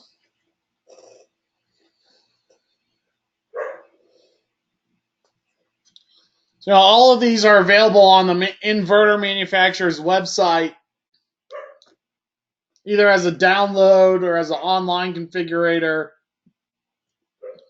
But essentially, after we know our solar module, you pick out your solar panel. So here we're going to use a 295 watt solar panel. We pick our inverter. We're doing 8 kilowatts of solar, comes in a pallet. We look at our inverter sizes, and 6 kilowatts may be a little undersized. There's no 7 kilowatts, so we're going to do the 7.6 to get the closest available match. And so here we're saying, okay, it's a 600 volt array. Our environmental temperature conditions, Mississippi, I think the coldest temperature, it's down to like 9 degrees Fahrenheit. Average hottest, well, in the summertime, we're definitely going up to 104. And so we're putting in our temperature constraints, and these of the available options will slightly change based on that. And so then it's just saying, okay, well, let's say 26 panels come in a pallet, and we want to use 26 panels. I'd say, okay, well, let's do 13 on each side, so maybe 2 strings of 7, and then 1 string of 12 would give us 26. And says, okay, that's a viable configuration. Or we could do 1 string of 13 and 1 string of 13. And that also shows a viable configuration. So it's really just kind of that easy. It's just telling us what's valid. So if we kind of oversize one side of the inverter, then we can see the other side, the configurations start to get a little bit more limited.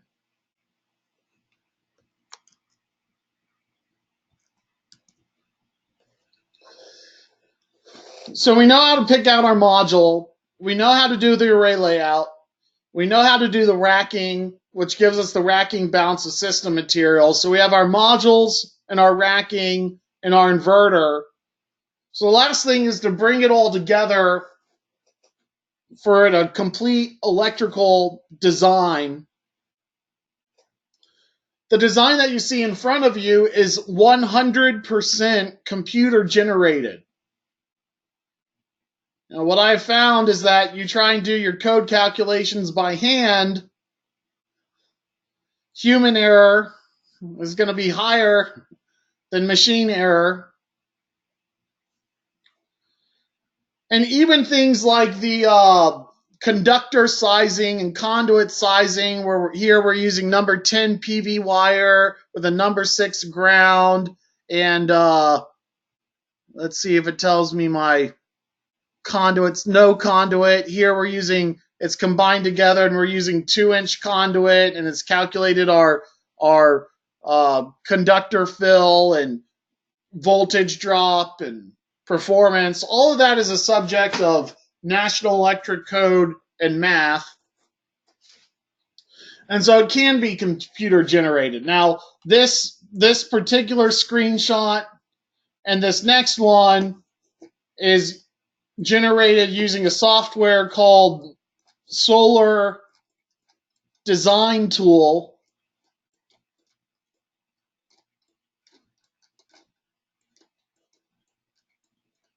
And they do a free 30-day, don't put in your credit card, just use it trial.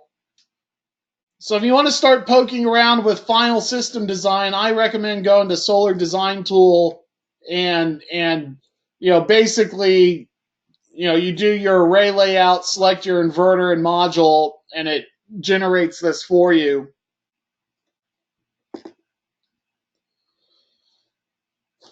What I like about Solar Design Tool is it goes a little bit further into final system design, whereas the more expensive solar design softwares such as Aurora and Helioscope, they're more about performance estimation and shade analysis and don't go as far into helping you with conduit sizing and conduit fill and voltage drop and things like that. Like, they'll calculate it, but they won't give you a printable report. Sometimes what Solar Design Tool generates, as far as its one-line diagram, which is a simplified wire diagram, is incomplete. Let's see if I still have this pulled up. Yeah, so here's a design I've been working on for a client that, the battery systems are more complicated and they don't necessarily have, the softwares haven't really caught up to the battery system. So I'll often do, the majority of the calculation in Solar Design Tool. And then here we have we're using charge controllers instead of inverters. And here's our battery bank. Here's our inverter, and then we had a manual transfer switch. And so, what I have found to be the most efficient use of my time is to start the design in commercial software and then export the line diagram into CAD to finish out any customization on components where the design software falls short. We get more into that in our battery classes.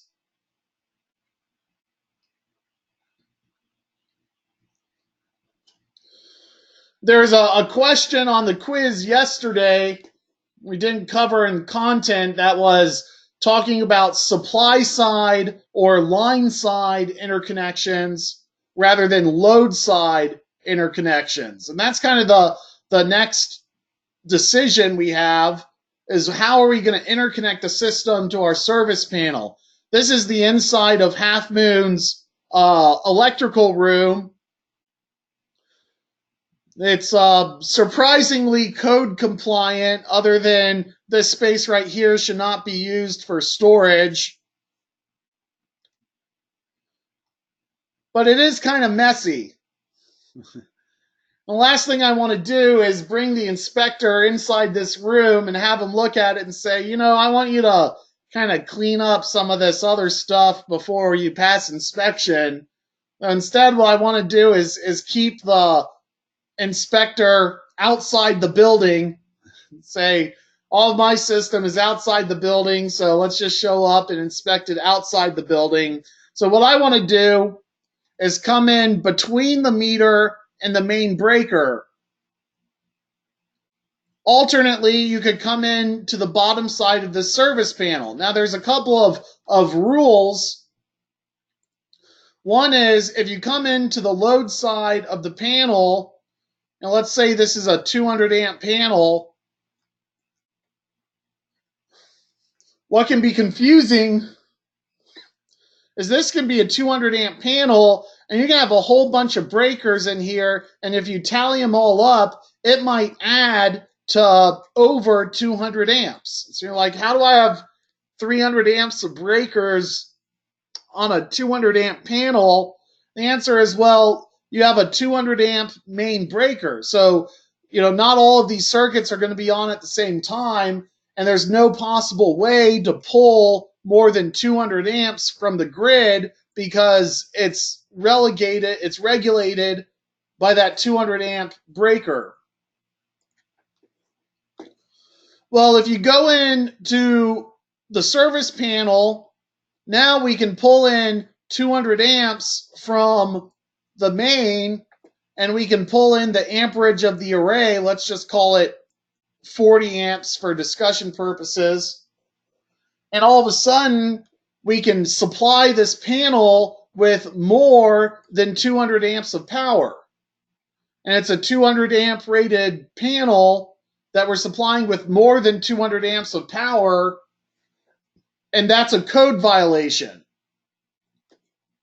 There is an exception, and the exception is if you land your supply at the top of the panel and your other supply, in this case the solar array, at the bottom of the panel, code gives you an additional 20% amperage. And the reason being is it's this bus bar, which is a metal plate that all these breakers are tied into, and it's that bus bar that is rated for 200 amps, and it's the metal plate cross-sectional area. It's this cross-sectional area that is rated for 200 amps. And so they say, well, if you have 200 amps coming in from the grid and no more than 20% amps coming from the other side, that's not going to overload this cross-sectional area. You're not going to have more than 200 amps flowing through this cross-sectional area. So that is an example of code not being, unnecessarily restrictive. National Electric Code tries not to be unnecessarily restrictive. National Electric Code tries to establish the bare minimum safety threshold. And so they actually, it's referenced, it's called the 120% rule. And it says if you're doing a load side connection, you can do an additional 20% power feeding that panel. Now, we could also take that 200 amp main breaker and downsize it to 180 amps. And that way our load side connection could be 60 amps instead of 40 amps on a 200 amp panel with 20% headroom. Well, let's say we had an 80 amp solar array or a 100 amp solar array. All of a sudden, we're kind of out of amperage on this panel. And so what we need to remember is that these conductors feeding the panel, it's on a 200 amp breaker. These conductors are rated for 200 amps. And so if we go in with a supply side connection or line side connection, we can feed up to 200 amps of solar because no matter if it's coming from the grid or from our solar array, it's not going to be more than 200 amps as it comes through this main breaker that's regulating it at 200 amps. And so if you do a supply side connection or a line side connection, you can feed and tap in up to 100% of the panel rating. If you do a load side connection, you can do 20%. So smaller arrays where you have the breaker slots available down at the bottom of the bus bar, it's simple to do a load side connection, although supply side connections and line side connections are not that complicated either. Basically you have to get the utility out there before commissioning to pull the meter so that you can tap onto these conductors. And so what that looks like in Half Moon's case is here we have our meter, and we have an LB, and then it's going into the building, and here's another LB, and that's going into these two service panels on each side of this 400 amp meter base. And so what we had our electrician do is show up to site ahead of time and pull the meter with the utility, and then pull the conductors out of the LB and install a junction box, and then put the conductors back in to the service panel, and that's it. So I'm down in Mississippi, they're up in Wisconsin, so before we got up to site, that was something their local electrician did.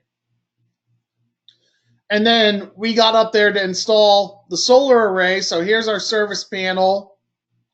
Here's our disconnect. And then we came into this junction box, and this is where we have, the supply going into the panel ahead of the panel. So here's our junction box ahead of the panel. And we just tap on to those conductors. Here's our inverter, our overcurrent protection, our fused disconnect switch, or you could have a breaker and an unfused disconnect. And then our junction box. So here's inside, here's those cables going into that panel. On Half Moon's project, what we did is we used these piercing insulated tap connectors where we have our solar conductor coming in and our utility conductor, and this is forming this little tap section right here. That was a few years ago, and while there's nothing wrong with these piercing insulated tap connectors, most electricians prefer actually cutting this cable, and then there's regular tap connectors where the cable comes in from one side and another side, and your solar cable comes in. So you would cut this cable, feed both ends into 1 and 2, and then 3 would be your solar conductor coming in. The piercing insulated tap connectors are quicker, but electricians, they would rather have a more solid connection than just these teeth biting through the cable. So, we, in the interest of speed, we use the piercing insulated tap connectors, but I've since moved on to just, doing a regular tap connection.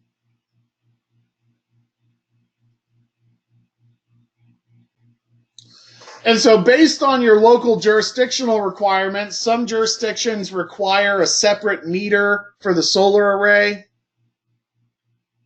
Others don't. Here's our inverter. Some jurisdictions require a knife switch disconnect. Technically, what this is, it's an all-in-one combo panel. So there's the meter here, and then there's some additional breaker slots down in here. And technically, these additional breaker slots qualify as the system disconnect.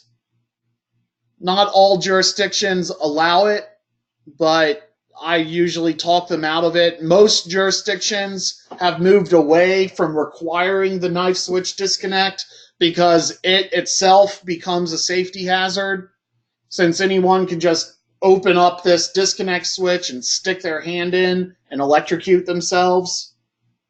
This knife switch disconnect requirement came from a pre-2000 era.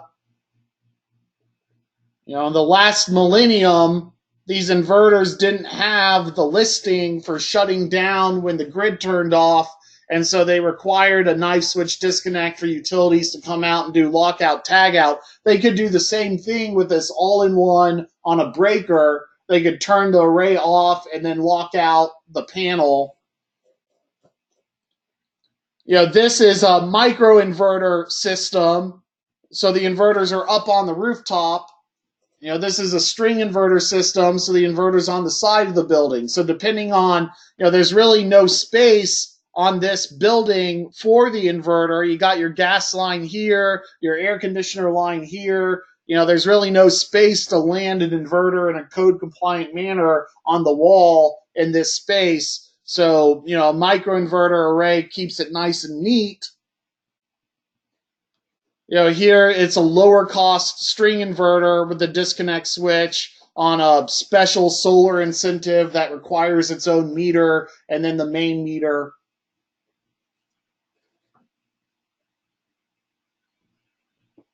And here's solar design tool referenced.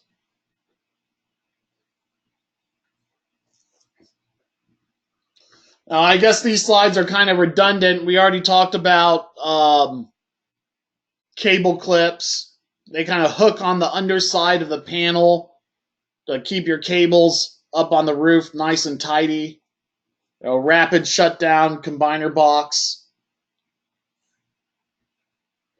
String-based voltage regulators instead of panel-based voltage regulators.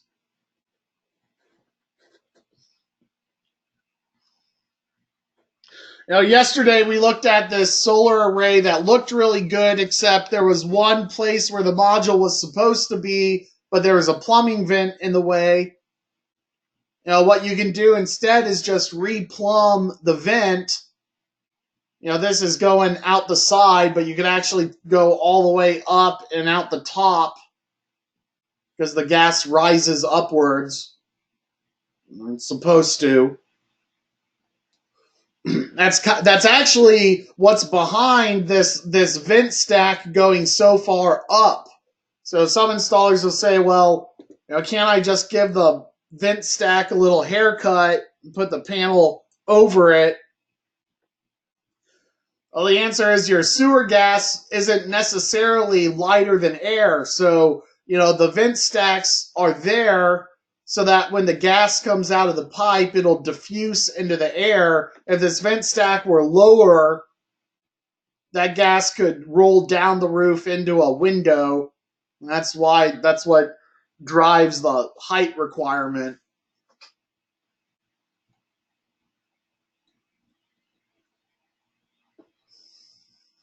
Well, this is a picture I just pulled off the internet, but they could have just rerouted this plumbing vent up to the top of the rooftop, and then that panel would have fit. Doesn't take that much to add a bend. Chop off the top of the vent stack, add a 90-degree bend, snake it up the top of the roof, put another 90-degree bend, have it go upwards.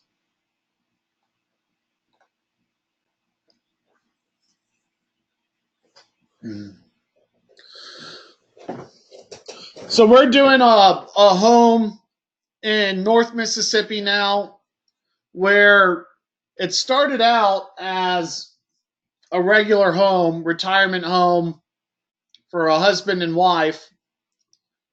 Well, then they started digging out the foundation. It's on a hillside. They had to go a lot deeper with their foundation than they thought. And so they said, well, we weren't going to have anything on the underside of the hill, but let's go ahead and finish it out. So all of a sudden the house goes from 2 stories to 3 stories. All of a sudden, it's not just one water tank, but 2 hot water tanks. All of a sudden, it's not 2 hot water tanks, but it's also a hot tub and a sauna. And so all of a sudden, this off-grid home, which is being fed by a 12 kilowatt inverter, needs to have a 400 amp electric service. Our inverter might be underpowered for that. And so, what we're doing to keep the system home load down is doing load management.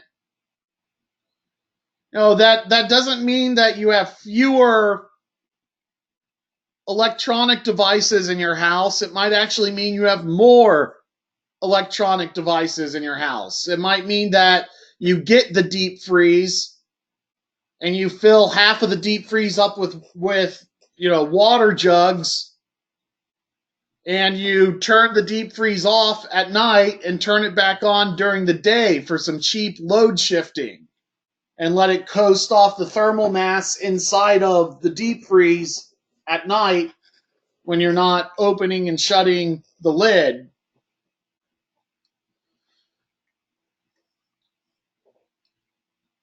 So, out in California, there's a company that's making ice air conditioners that freezes ice for some load shifting.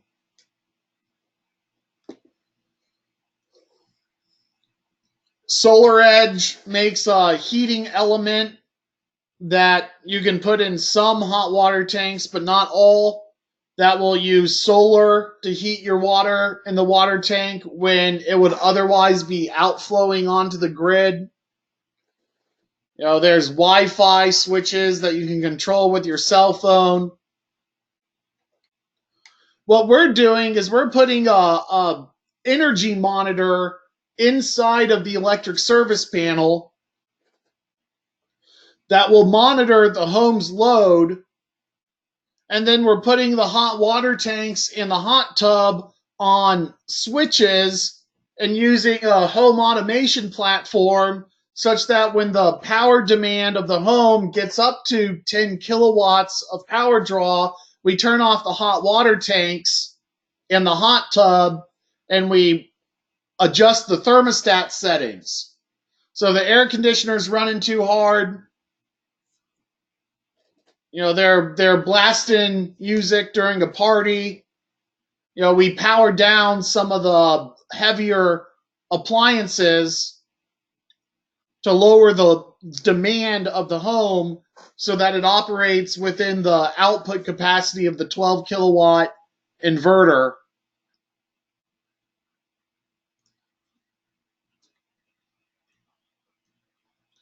Talk about that a little bit more in our off-grid class. But that's kind of interesting that we're not just doing solar, but digital controls, which are possible with home automation, but they're not paid a lot of attention with home automation. So these service panel monitors, they use CT meters like an electrician's clamp meter that goes around a wire and uses induction to figure out how much current is flowing through it. You can put permanent meters inside your service panel to monitor how much current is flowing through that service panel. Now, I actually think this kind of monitoring is more important than your solar monitoring system because you can do more with it.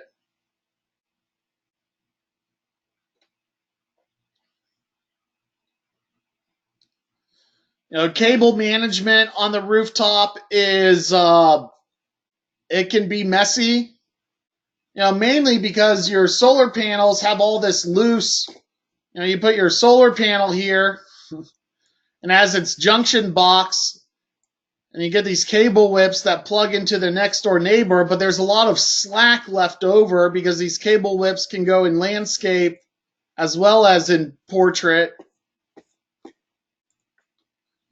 And so you can get little racking systems to support your out of conduit cable as it goes back into your rooftop transition. I actually prefer to select my rail with a big open U channel so that I can put my cable into that channel and use the racking itself as my cable management.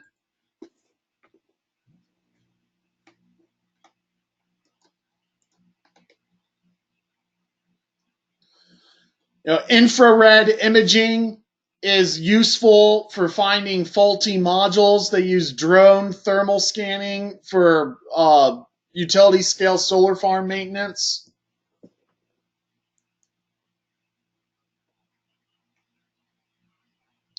We talked about this slide yesterday in class, so I'm just going to move on.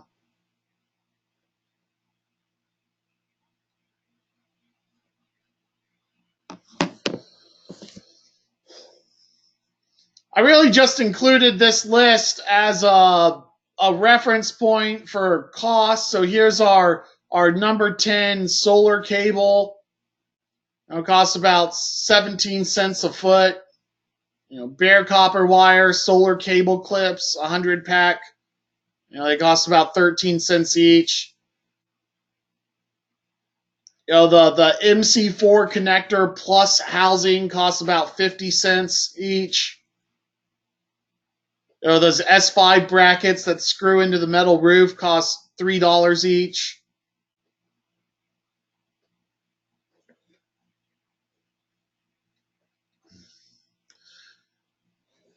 And so here was a ground mount that I did for Half Moon for their residential home. And it was 24 solar panels.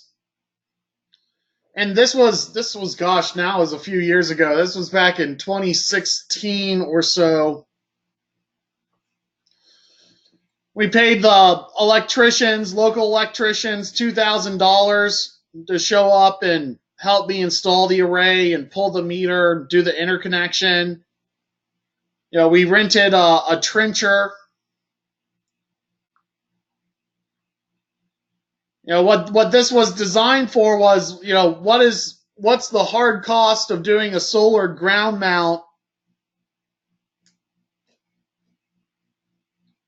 Well below what solar installers charge. They have to make their money, but one thing that I just keep in mind, that doing it yourself, or even doing the design work yourself and then just hiring the labor to come install it, can make you competitive in the industry.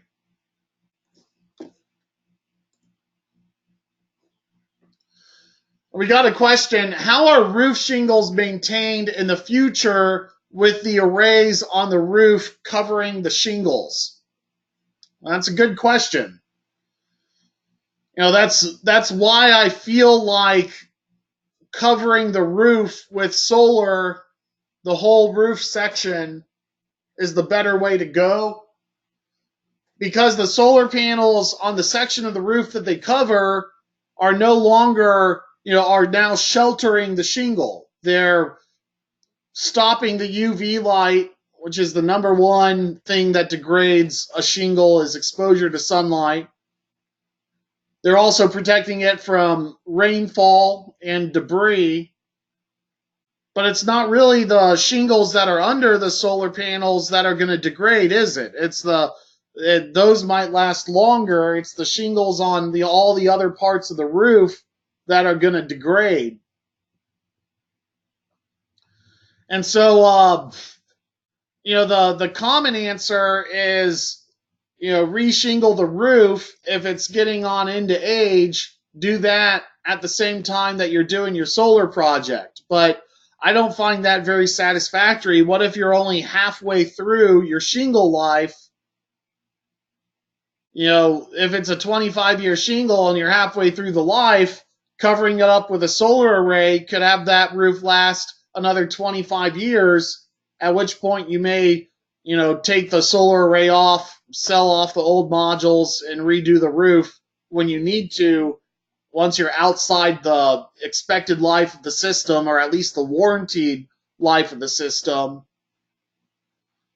Of course, that begs the question, what happens to the other parts of the rooftop? And so I suppose, if you cover one roof surface, you could just reshingle the other roof surface, the north side of the roof, or the east or west side, the side of the roof that you're not using, and not reshingle the side that the solar array is on.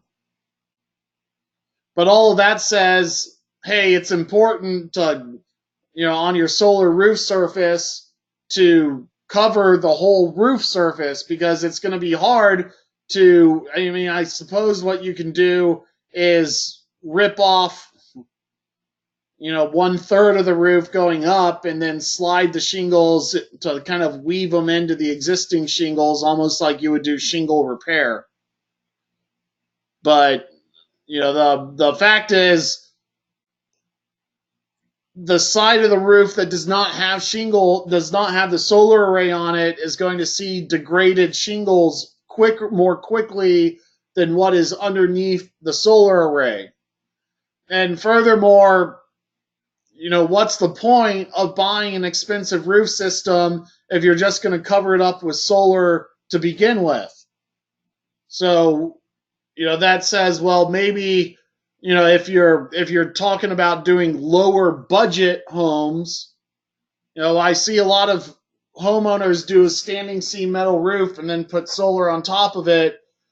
I don't see a lot of thought saying, well, why don't we do a rolled shingle roof, something just incredibly cheap and ugly, and then cover it all up with a decking-based racking system and solar array, planning the array so that the rainwater will be captured from the solar array and kept up off of the roof rather than hitting the roof itself.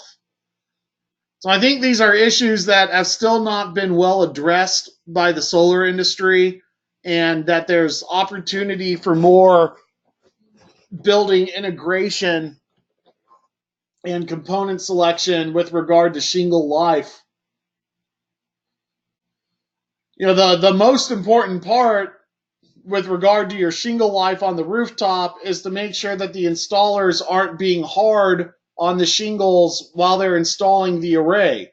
If it's too hot, the shingles can be damaged. If it's rainy, the grit comes off easier. So you don't want to work on a wet roof. You don't want to work on a hot roof. And, that might mean restricting the hours that the solar installer can be up on there. On very steep roofs, we've installed working off of a lift and a platform rather than rappelling down the roof side. What takes the most amount of time on the roof is getting up underneath the shingle and prying it up with a pry bar to get the existing roofing nails out so that you can slide your flashing in underneath. Ooh, sorry about that.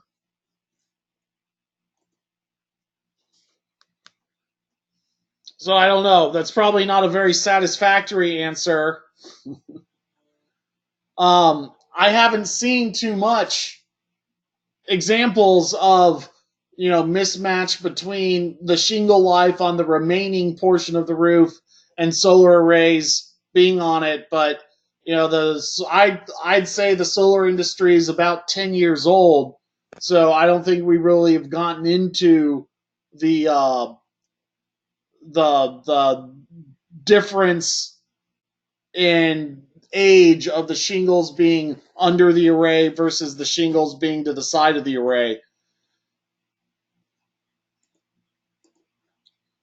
I think that if you are on an aging roof, if you're halfway into your roof life, you would really be faced with two decisions. The first would be, A, can you cover the entire roof surface to get longer life out of all of the shingles that are there? Or B, do you re-roof and call it a loss for that layer of shingles that are halfway into their life, or do you risk it?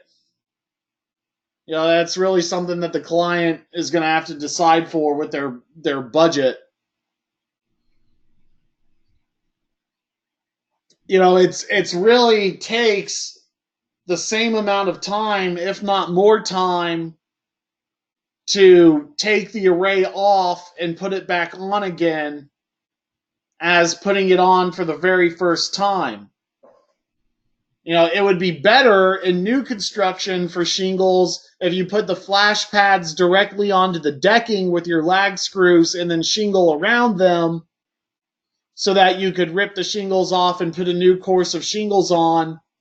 If you're prying up the shingles and sliding your flashing into it, at that point you're going to have to redo the whole roof when it comes time to do something substantial like that.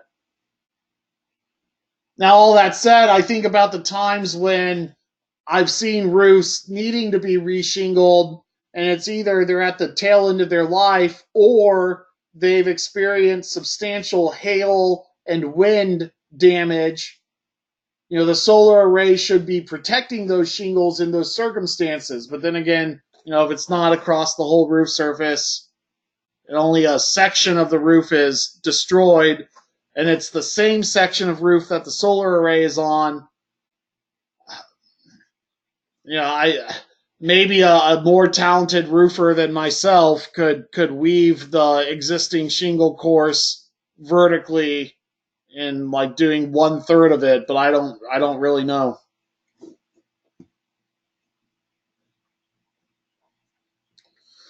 So here are some material costs. Now keep in mind this was a project back in 2016, and so currently I'm buying my solar panels for around 44 cents a watt. They can be a little bit cheaper than that if they're 72 cell silver framed silicon cells.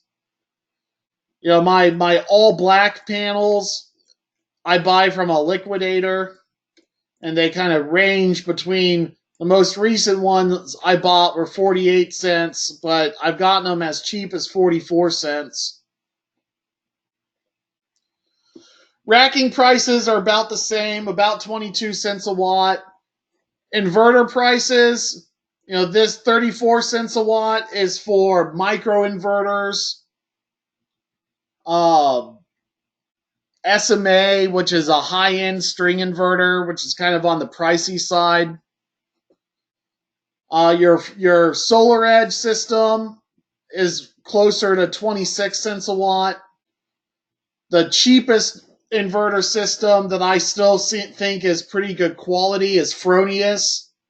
You get the Fronius inverters with rapid shutdown, and that's closer to 20 cents per watt. Bounces system material, 15 cents a watt is a pretty good price for that. That's assuming you don't have to upgrade the service panel or do anything substantial. Solar cable, bare copper wire, all this stuff is what's going into the balance of system material cost.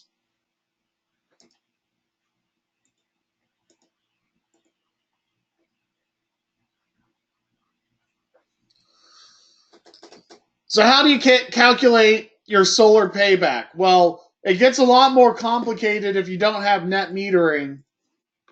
But if you do have net metering, you take your installed price, let's say $2.50 a watt. You back out the solar tax credit. Now, the solar tax credit is stepping down next year, but I believe it's only stepping down. It's currently 30%. I think it's stepping down to 26% next year. And then the following year, it's like 21% for a couple of years. And while the tax credit is stepping down, the import tariffs are stepping down as well. And so actually over in overseas where they don't have these import tariffs, the solar panels themselves are closer to 30 cents per watt. And we're buying them stateside for 40 cents, 44 cents, 48 cents for all black. So you take your installation price and you subtract out the tax credit. And then it's good to know, you need to know, how much energy you're going to produce and what the effective generation rate of that array is. If you have a 11 cent per kilowatt hour generation rate and you get true net metering where you're outflowing at 11 cents, the math becomes pretty simple. We take that PV watts number from yesterday where 1 watt produces 1.4 kilowatt hours per watt per year. And so our system pricing is by the watt. Our energy production is by the watt, kilowatt hours per watt. Our electric rate is by the kilowatt hours. So we take all that, divide your install price by your production ratio, by your effective generation rate, and you get an 8-year payback at $2.50 a watt. This number right here, I find pretty useful to know. And what that is you take your PV watt generation rate, how many kilowatt hours per watt per year are you generating? You take your effective generation rate, which is going to be lower, if my inflow is at 11 cents, but my outflow is at 6 cents, and 2/3 of my production is outflow, then my effective generation rate is going to be closer to 8 cents instead of 11 cents. So that is a function of your net metering policy. One way you could calculate that is you could take your interval data, your hourly consumption data that you can pull off your digital meter. You can download that in your online electrical account, and you could compare it with your hourly PV watts data and do a more accurate determination of when are you outflowing, when are you inflowing. So you can use your PV watts data as a starting point to do a more advanced rate analysis. But what I like doing is taking my effective generation rate and my PV watts production value and multiplying them together, because then the kilowatt hours fall out. And so I get 15 cents per watt per year. So I say, okay, well, if my system is paying back 15.5 cents per watt per year, and my installation price, what do I need at 15 cents per watt per year to get a 10-year payback? My install price needs to be $1.50 a watt. It's way below the national average. Not that it's impossible, but to some extent, the federal tax credit allows the installer to install at a higher price point because the system owner's not paying for that 30%. So you take that $2.50 a watt and you take 30% out of it, and it becomes substantially less. I think this was with depreciation too. So in this example, it should be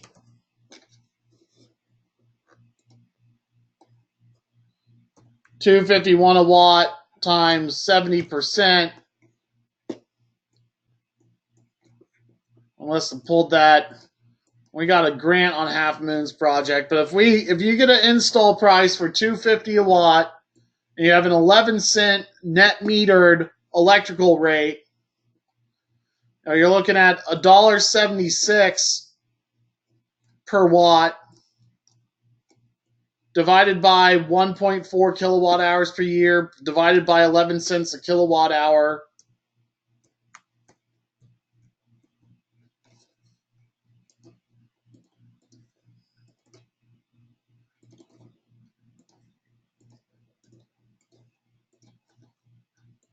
That gets you to an 11.5-year payback.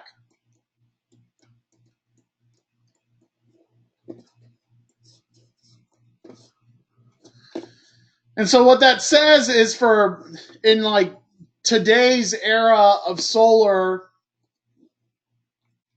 where you still get the federal tax credit, more than likely you have a net metered electric rate, although not always, with average production, to get an 11-year payback, and most customers are going to want 10 years or less, and some go for 11 years. Much longer than that, you don't get too many sales. So most customers will need their installation pricing from the installer to be $250 a watt, or otherwise have some additional state and local incentives. Sales tax incentives are common. So how do you find what these incentives are? It's referenced later on in the program, but again, it's this desireusa.org website. I'm going to put it back in the chat if you want to play around with it for your own state. Let's see, let's go to, say, Wisconsin.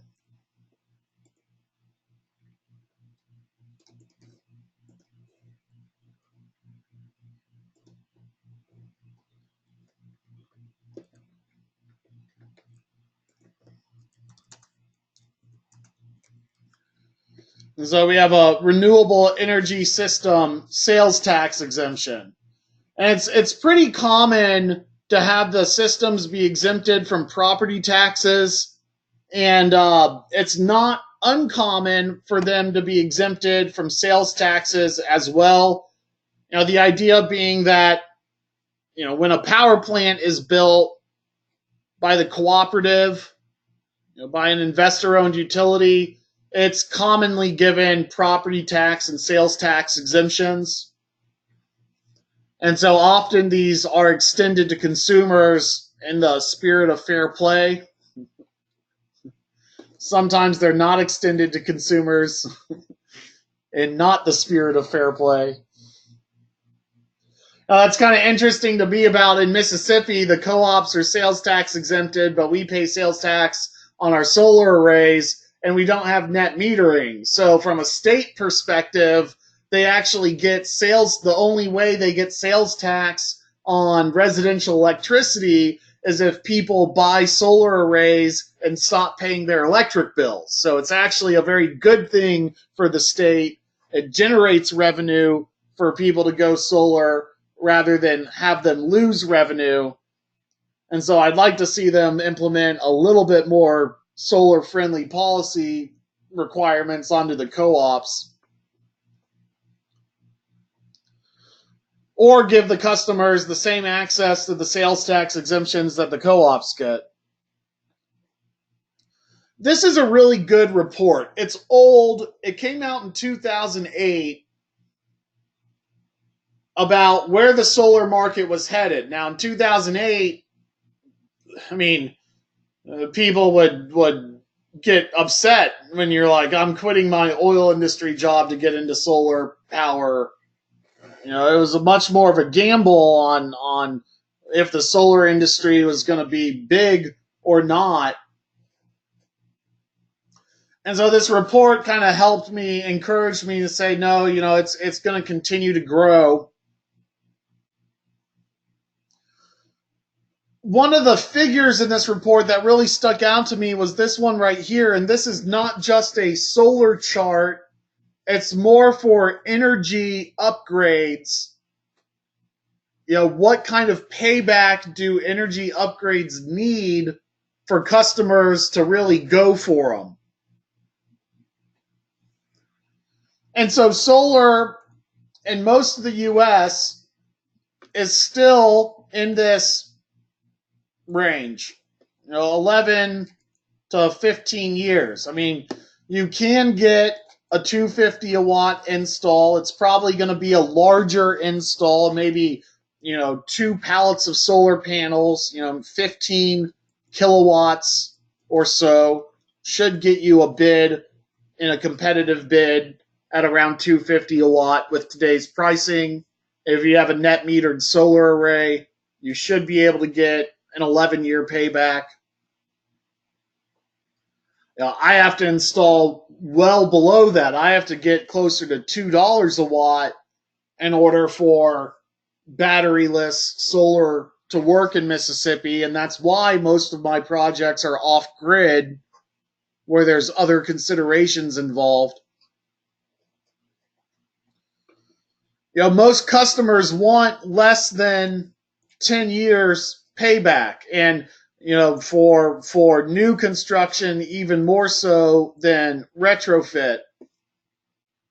At the same time, solar is not just the same as putting better sealant around your windows. If you have that 11-year payback and you can put it into a 30-year mortgage, it's going to take more money off of your mortgage payment than it'll add to your, or it'll take more money off your electric bill than it'll add to your mortgage payment. So, one thing that's kind of was missing in 2008 that we have today is access to long-term financing. Most solar installers who have been in business for 10 years now have access to, and it's generally the requirement is being in business for more than 2 years and doing more than $2 million in total revenue. There are private solar financing companies out there that will give you 20-year financing on your solar arrays. And so that's where a lot of sales are being made today is getting them to the 11 to, you can't do much more than that year payback, and putting it into a longer financing term such that the loan payment is less than the cost savings.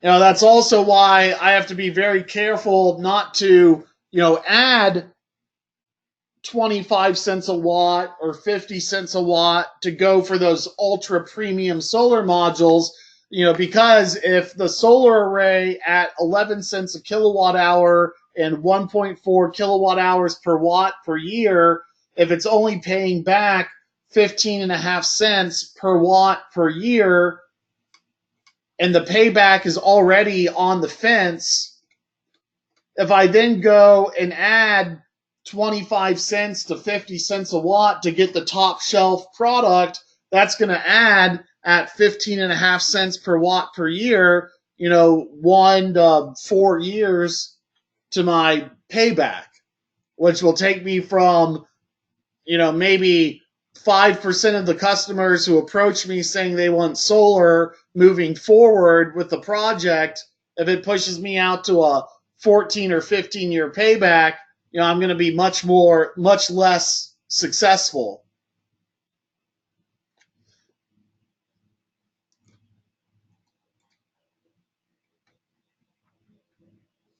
So you want to check if you get a sales tax exemption.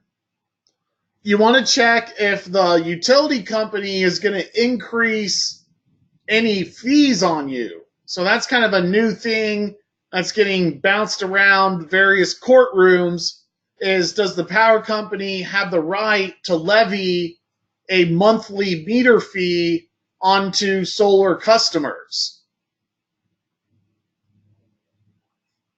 Probably depends what your job is in the energy industry, how you feel about that. How far does it go? If you have energy efficient home and you use less energy, do they have the right to levy an additional fee? What's more likely is that net metering policies are going to get watered down such that the outflow is going to be less than retail. Even so, if you do get net metering, another question is, well, what is the definition of retail pricing? Because if your fixed meter fee is large and your energy rate is low, the state might say you might take your bill and divide by the total number of kilowatt hours and say, oh, I pay 13 cents a kilowatt hour, but the actual quantifiable rate is 11 cents and everything else is fixed fees. And so your retail compensation, it may say, oh, you get retail, but that definition of retail may be 11 cents instead of 13 cents.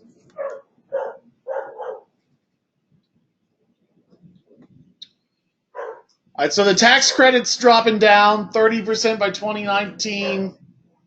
So next year, this is the last year for it to be 30%. Then we'll have 2 years of it at 26%, another year at 22%, and then 1 year at 10%. And so, if you're on the fence about solar, 2022 is going to be like the best year for solar over the next 5 years, because that's when we see a substantial drop down in the tax credit. So solar costs continue to decline, so you're not really going to miss out if you wait and do your solar project in 2021 or 2022 or 2020 and 2021. I skipped a year there. And even if you wait a little bit further and do it in 2022, you're not going to miss out a bunch, but you're not going to see a 12% decline in the cost of solar in 1 year by the time we get out to 2022, with the exception of the battery component. Battery prices are dropping, and that would probably be another reason to wait on your system, is just to wait for the price of lithium-ion batteries, which really has not yet dropped off the cliff. There's a lot of studies out there that show the price of lithium-ion batteries dropping, but by the time you get to small residential lithium-ion distributors, I've seen more distributors start to offer lithium-ion, but I haven't seen that price. They say Tesla buys lithium-ion batteries for $100 a kilowatt hour. When I go to my distributors and I price out lithium-ion batteries, it's more like $600 a kilowatt hour.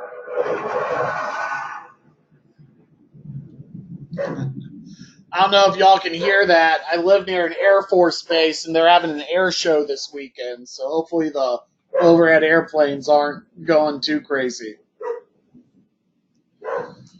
Okay, let me take a look at where I'm at so we can make sure to cover the whole rest of the program. Yeah, we're doing pretty good.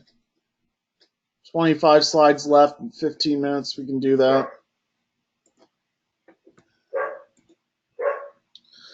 So how do you start determining, if you don't have net metering, what your inflow versus outflow is going to be? I really like Aurora Solar's approach. What they do is they take your month-by-month meter bills, and then they have you fill out a survey. And the survey says, do you have a swimming pool? Do you have an electric water heater or gas? Do you have air conditioning? What's your hot water heating? Is it gas or electric? What kind of lights do you have, LED versus incandescent? And then they assume that based on your region, you have a particular load profile. So this is probably for a northern climate, because they show a lot of heating load in the winter. This is winter time here with your heating load. This is probably spring and fall. And then here in summer, in this kind of cool blue, you got air conditioning load. And so what they'll say is, hey, most residential load profiles look like this. It may not be the same as your specific load profile, but unless you have your specific load profile data, there's only so much we can do. But based on how much electricity you use per month and a standard load profile based on the actual electrical appliances in your home, they can take a guess. And so here in the wintertime, they see, heating in the morning and less heat during the day and more heating at night. And based on your electric bills in the month of December, they can kind of estimate off the survey how high your load is going to get. And so you might design a solar array not to produce a terrible amount of outflow. Of course, that solar array that only does a little bit in the spring is going to do a little bit in the summer when your load is higher, and a little bit in winter when your load is higher than in the spring or in the fall. And so if you're really concerned about not outflowing onto the grid without batteries, you can only do a project that does about 1/3 of your electric bill, and you're not going to get the economies of scale that you need to get a good installation price.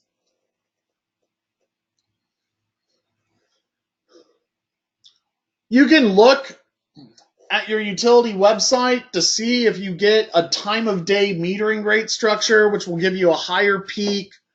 Commonly, it's in the middle of the day, Monday through Friday, and a lower off-peak rate, which is like at night on weekends. So time of day metering structures will boost solar economics by as much as 10 to 20%. So it is worth looking into, but I would say you don't want to rely on it for the long term.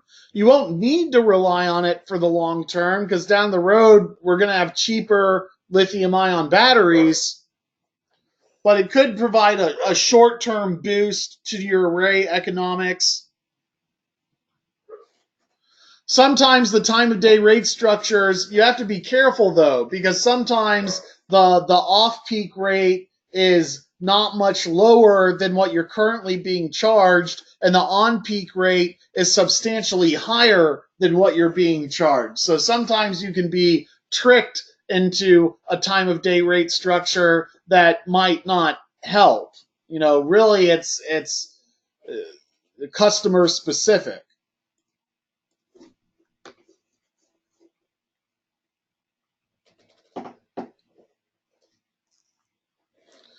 So if the idea of an 11 or 12 or 15-year payback kind of soured the mood, I get it. There's another value that is not considered in that simple payback calculation, which is real estate appraisal value. And where the real estate appraisal value is shaking out is that, and this is the good news for the small systems that don't get good economies of scale, and that might have a 20-year payback or longer. It's like, okay, you have $10,000, you want to spend it on a solar array, you don't want to do a 15 kilowatt array at $250 a watt, you don't want to spend $40,000 on a solar array, you want to spend $10,000 on a solar array, but your significant other isn't going to allow you to get up on the roof and install it yourself, so you're going to have to pay someone to do it. Well, if you're in that category, you're probably only going to get a 3 kilowatt solar array, maybe a 4 kilowatt solar array if you're lucky. And so, if we get our calculator back up there, and let's say we do a $3 a watt, 3 kilowatt solar array. Well, it's actually going to be more than that, so it's $10,000. So $10,000, 3 kilowatts. Now that's $3.33 a watt. And then we take our 30% federal tax credit and we divide by 1.4 kilowatt hours per watt per year, and we divide by 11 cents a kilowatt hour, and we get a 15-year simple payback. It's kind of underwhelming. Well, the value that's missing there is that the real estate data is showing that a 3 kilowatt solar array is going to add value to your home. And out in California, and I want to caution that this study comes from California, Oregon, Colorado, and I think Arizona. And so, particularly in California, they have much higher electric rates. So I think this study kind of skews upwards. But what they're showing is that the smaller solar arrays retain their value when it comes to reselling the home. In fact, they add value. So if you can get a $3 a watt price on a 3 kilowatt solar array, or even if it's a $4 a watt price on a 3 kilowatt solar array, that retains its value when it comes time to sell the home. And the reason is, it doesn't add, you spend $10,000 on solar, it doesn't add that much more to you have to add $10,000 to the sales price of your home. That's not going to make or break any deal. And it gives you something sparkly that attracts the home buyer. Oh, I can see from the curb that home has a solar array on it. That must be an energy efficient home with low electric bills. Now, I don't know if that's actually true or not. I don't know anything about the home, but that's what goes through the mind of the home buyer when they roll up curbside. That's a solar home. That's a home I want to live in. That's a home I want to buy. The problem when you get into increasingly expensive arrays is that it makes the home more difficult to purchase because now the home is more expensive. And so the appraised value of the solar array, how much value the solar adds to the home, approaches, the more strict mindset. I want a solar array that has a 10-year payback and not a penny more, and so I'm not going to spend more than $2 a watt on the solar array. So the larger the solar array gets, the less value it adds to the resellability of the home. And so there is an argument to be had of, well, just put a small solar array on the home, and then, you have some backup power during a blackout. Now, you'll need batteries for that, or you'll need to use an SMA inverter that has a little plug that you can plug into during the day and draw some power out of it during a blackout. But at least it's a step in the right direction for providing emergency power. And so it used to be that getting conventional financing on solar was really hard because real estate appraisal value did not exist. But that's no longer the case. That data has come to market.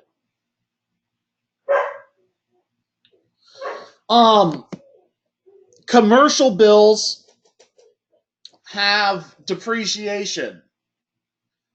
And sometimes installers overstate the value of depreciation.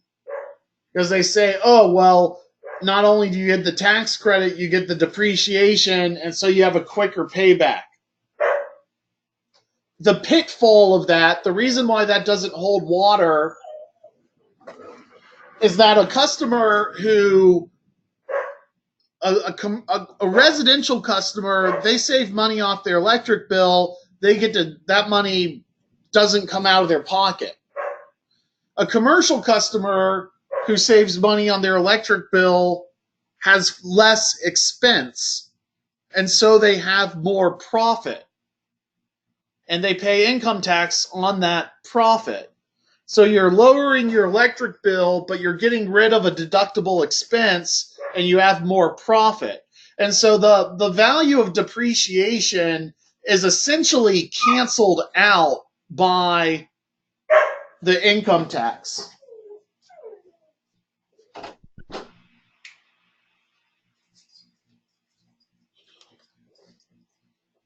There's a software out there called Energy Toolbase that does all the economic calculations for you in a way that will make your CFO smile. So, I used to do all these cash flow models myself based off my engineering economics classes back in college. Yeah, Energy Toolbase does it right. and you can see them modeling the reduced, the tax effect of having more profit and taking, here they're taking depreciation out of it and getting a tax incentive, and then the depreciation value is gone and they're paying more taxes because of the cost savings of the array. So how does climate change concerns affect solar? Depressingly, if there's more moisture in the air because it's a hotter climate, we'll get less production out of the arrays. Also, it would be nice to have an even playing field where energy that does not produce emissions doesn't have the same rate as energy that does produce emissions that are not properly accounted for. But the political climate means we don't do proper accounting in our electricity. And so instead we have things like tax credits and renewable portfolio mandates and stuff that is more of a bipartisan consensus. A lot of people don't realize that it was George W. Bush and Devin Nunes and Dick Cheney who really promoted the reissuing of Carter's solar tax credit. Obama extended the solar tax credit. It was a bipartisan effort that also substantially expanded the fossil fuel industry. So solar does get renewable subsidies, but those renewable subsidies were bipartisan compromises, not necessarily things that directly addressed carbon emissions or climate change. And most customers want to see the dollars and cents of it anyway. All right, let me get to the most important slides left. Solar Design Tool does a National Electric Code report. We talked about the Desire website. PERPA is a utility scale program, and I think that I put this study in here to show that PERPA does drive some utility scale solar projects in certain states more so than others. PERPA is a mandate for buying renewable energy, and it's bought at avoided cost. What's interesting is that at utility scale, the project cost can go down to closer to $1 a watt. And so some of the projects can actually come out of the ground based on avoided cost purchasing mandates. Here's a slide that shows current solar generation. So the national average of solar is about 2%, which is pretty good. It was less than 0.01% 10 years ago.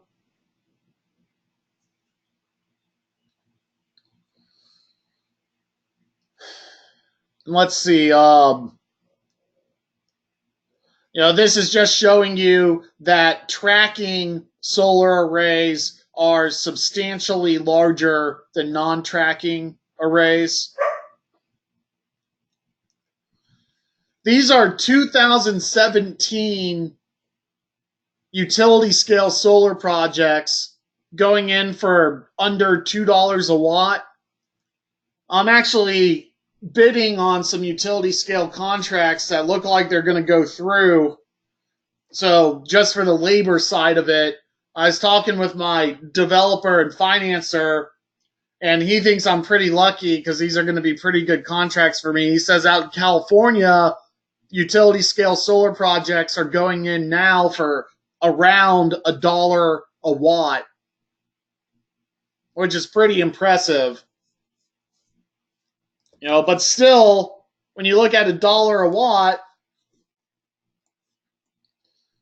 if you produced 1.7 kilowatt hours per watt per year and you only got a 3-cent PERPA avoided cost rate and you got that 70% or 30% solar tax credit, these utility scale solar plants are coming in at about a 14-year payback for their investors, which I guess is tolerable at the utility scale level. You know, what's interesting about the utility scale financing when you get into these dirt cheap solar contracts is it's the asset value of solar that kind of makes the project, because they're basically financing the project, and the asset value of the panels and the copper and equipment is something that makes the deal.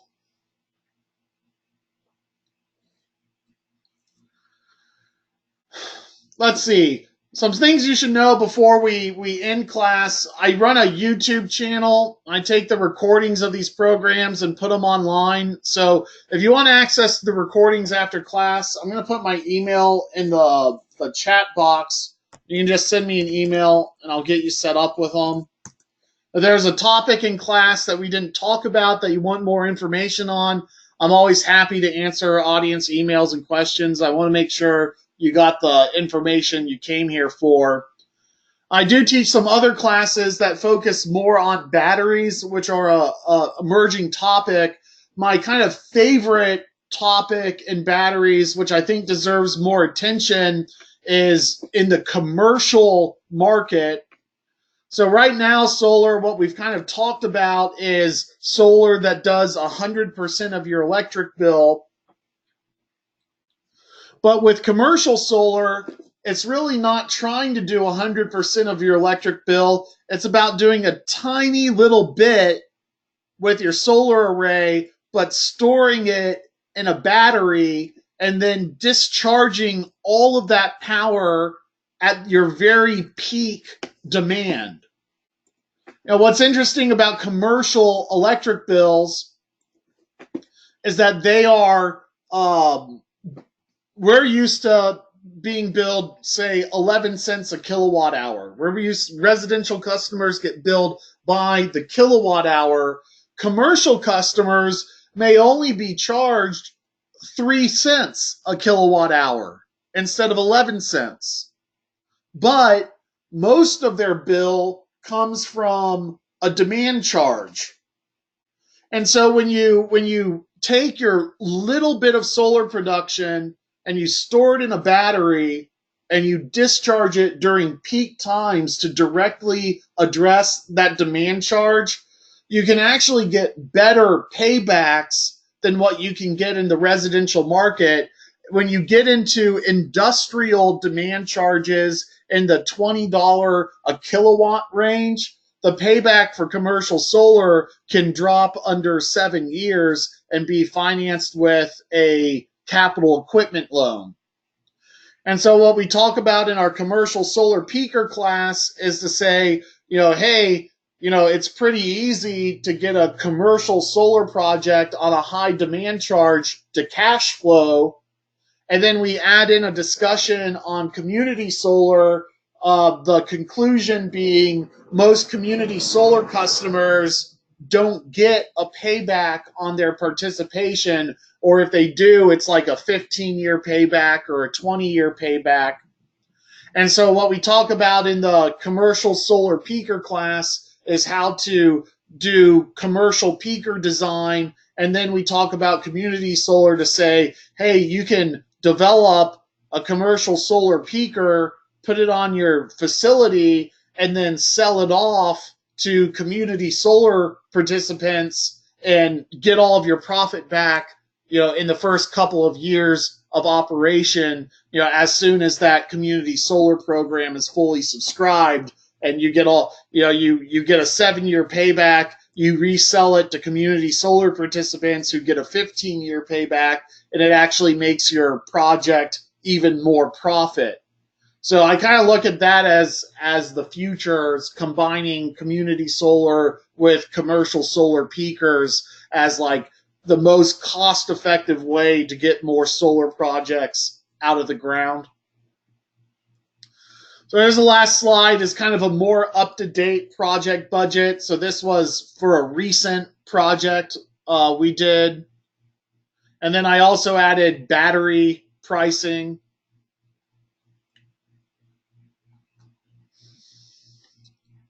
And some battery one-line diagrams. just don't have enough time to get into the battery systems. They do get much more complicated. Questions about DC coupling versus AC coupling or inverters versus charge controllers are really pedantic and moot. If you have a backup generator, your battery's not going to run out of power.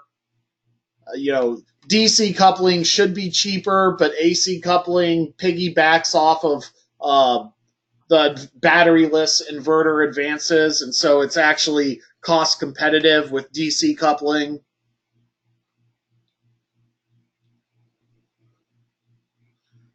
And so with that, we're kind of out of time. We're at the end of our program. So I don't see any other questions. I'm going to look over the quiz real quick. I think we got everything in here. Yeah, we did. So you should have no problem with it this time around. Just keep in mind that your solar installer most of them have become electricians by now. But that does not mean they're roofers or have general construction knowledge. Yeah, Stephen, you can get a copy of my slides. You should be able to download it in the handout section, but it might be just as easy just to send me an email, and I'll send it your way. So you got my email. And with that, I'm going to pass it back to Half Moon. All right, thank you, Jared. I want to remind everyone to take the quiz after the webinar ends if you need continuing education credit for this webinar. Certificates will be emailed in PDF form, and if you have any remaining questions, you can reply to any emails you have received regarding this seminar or call into our office. Thanks again, JR, for the presentation. Thanks to everyone in attendance. Here's your quiz.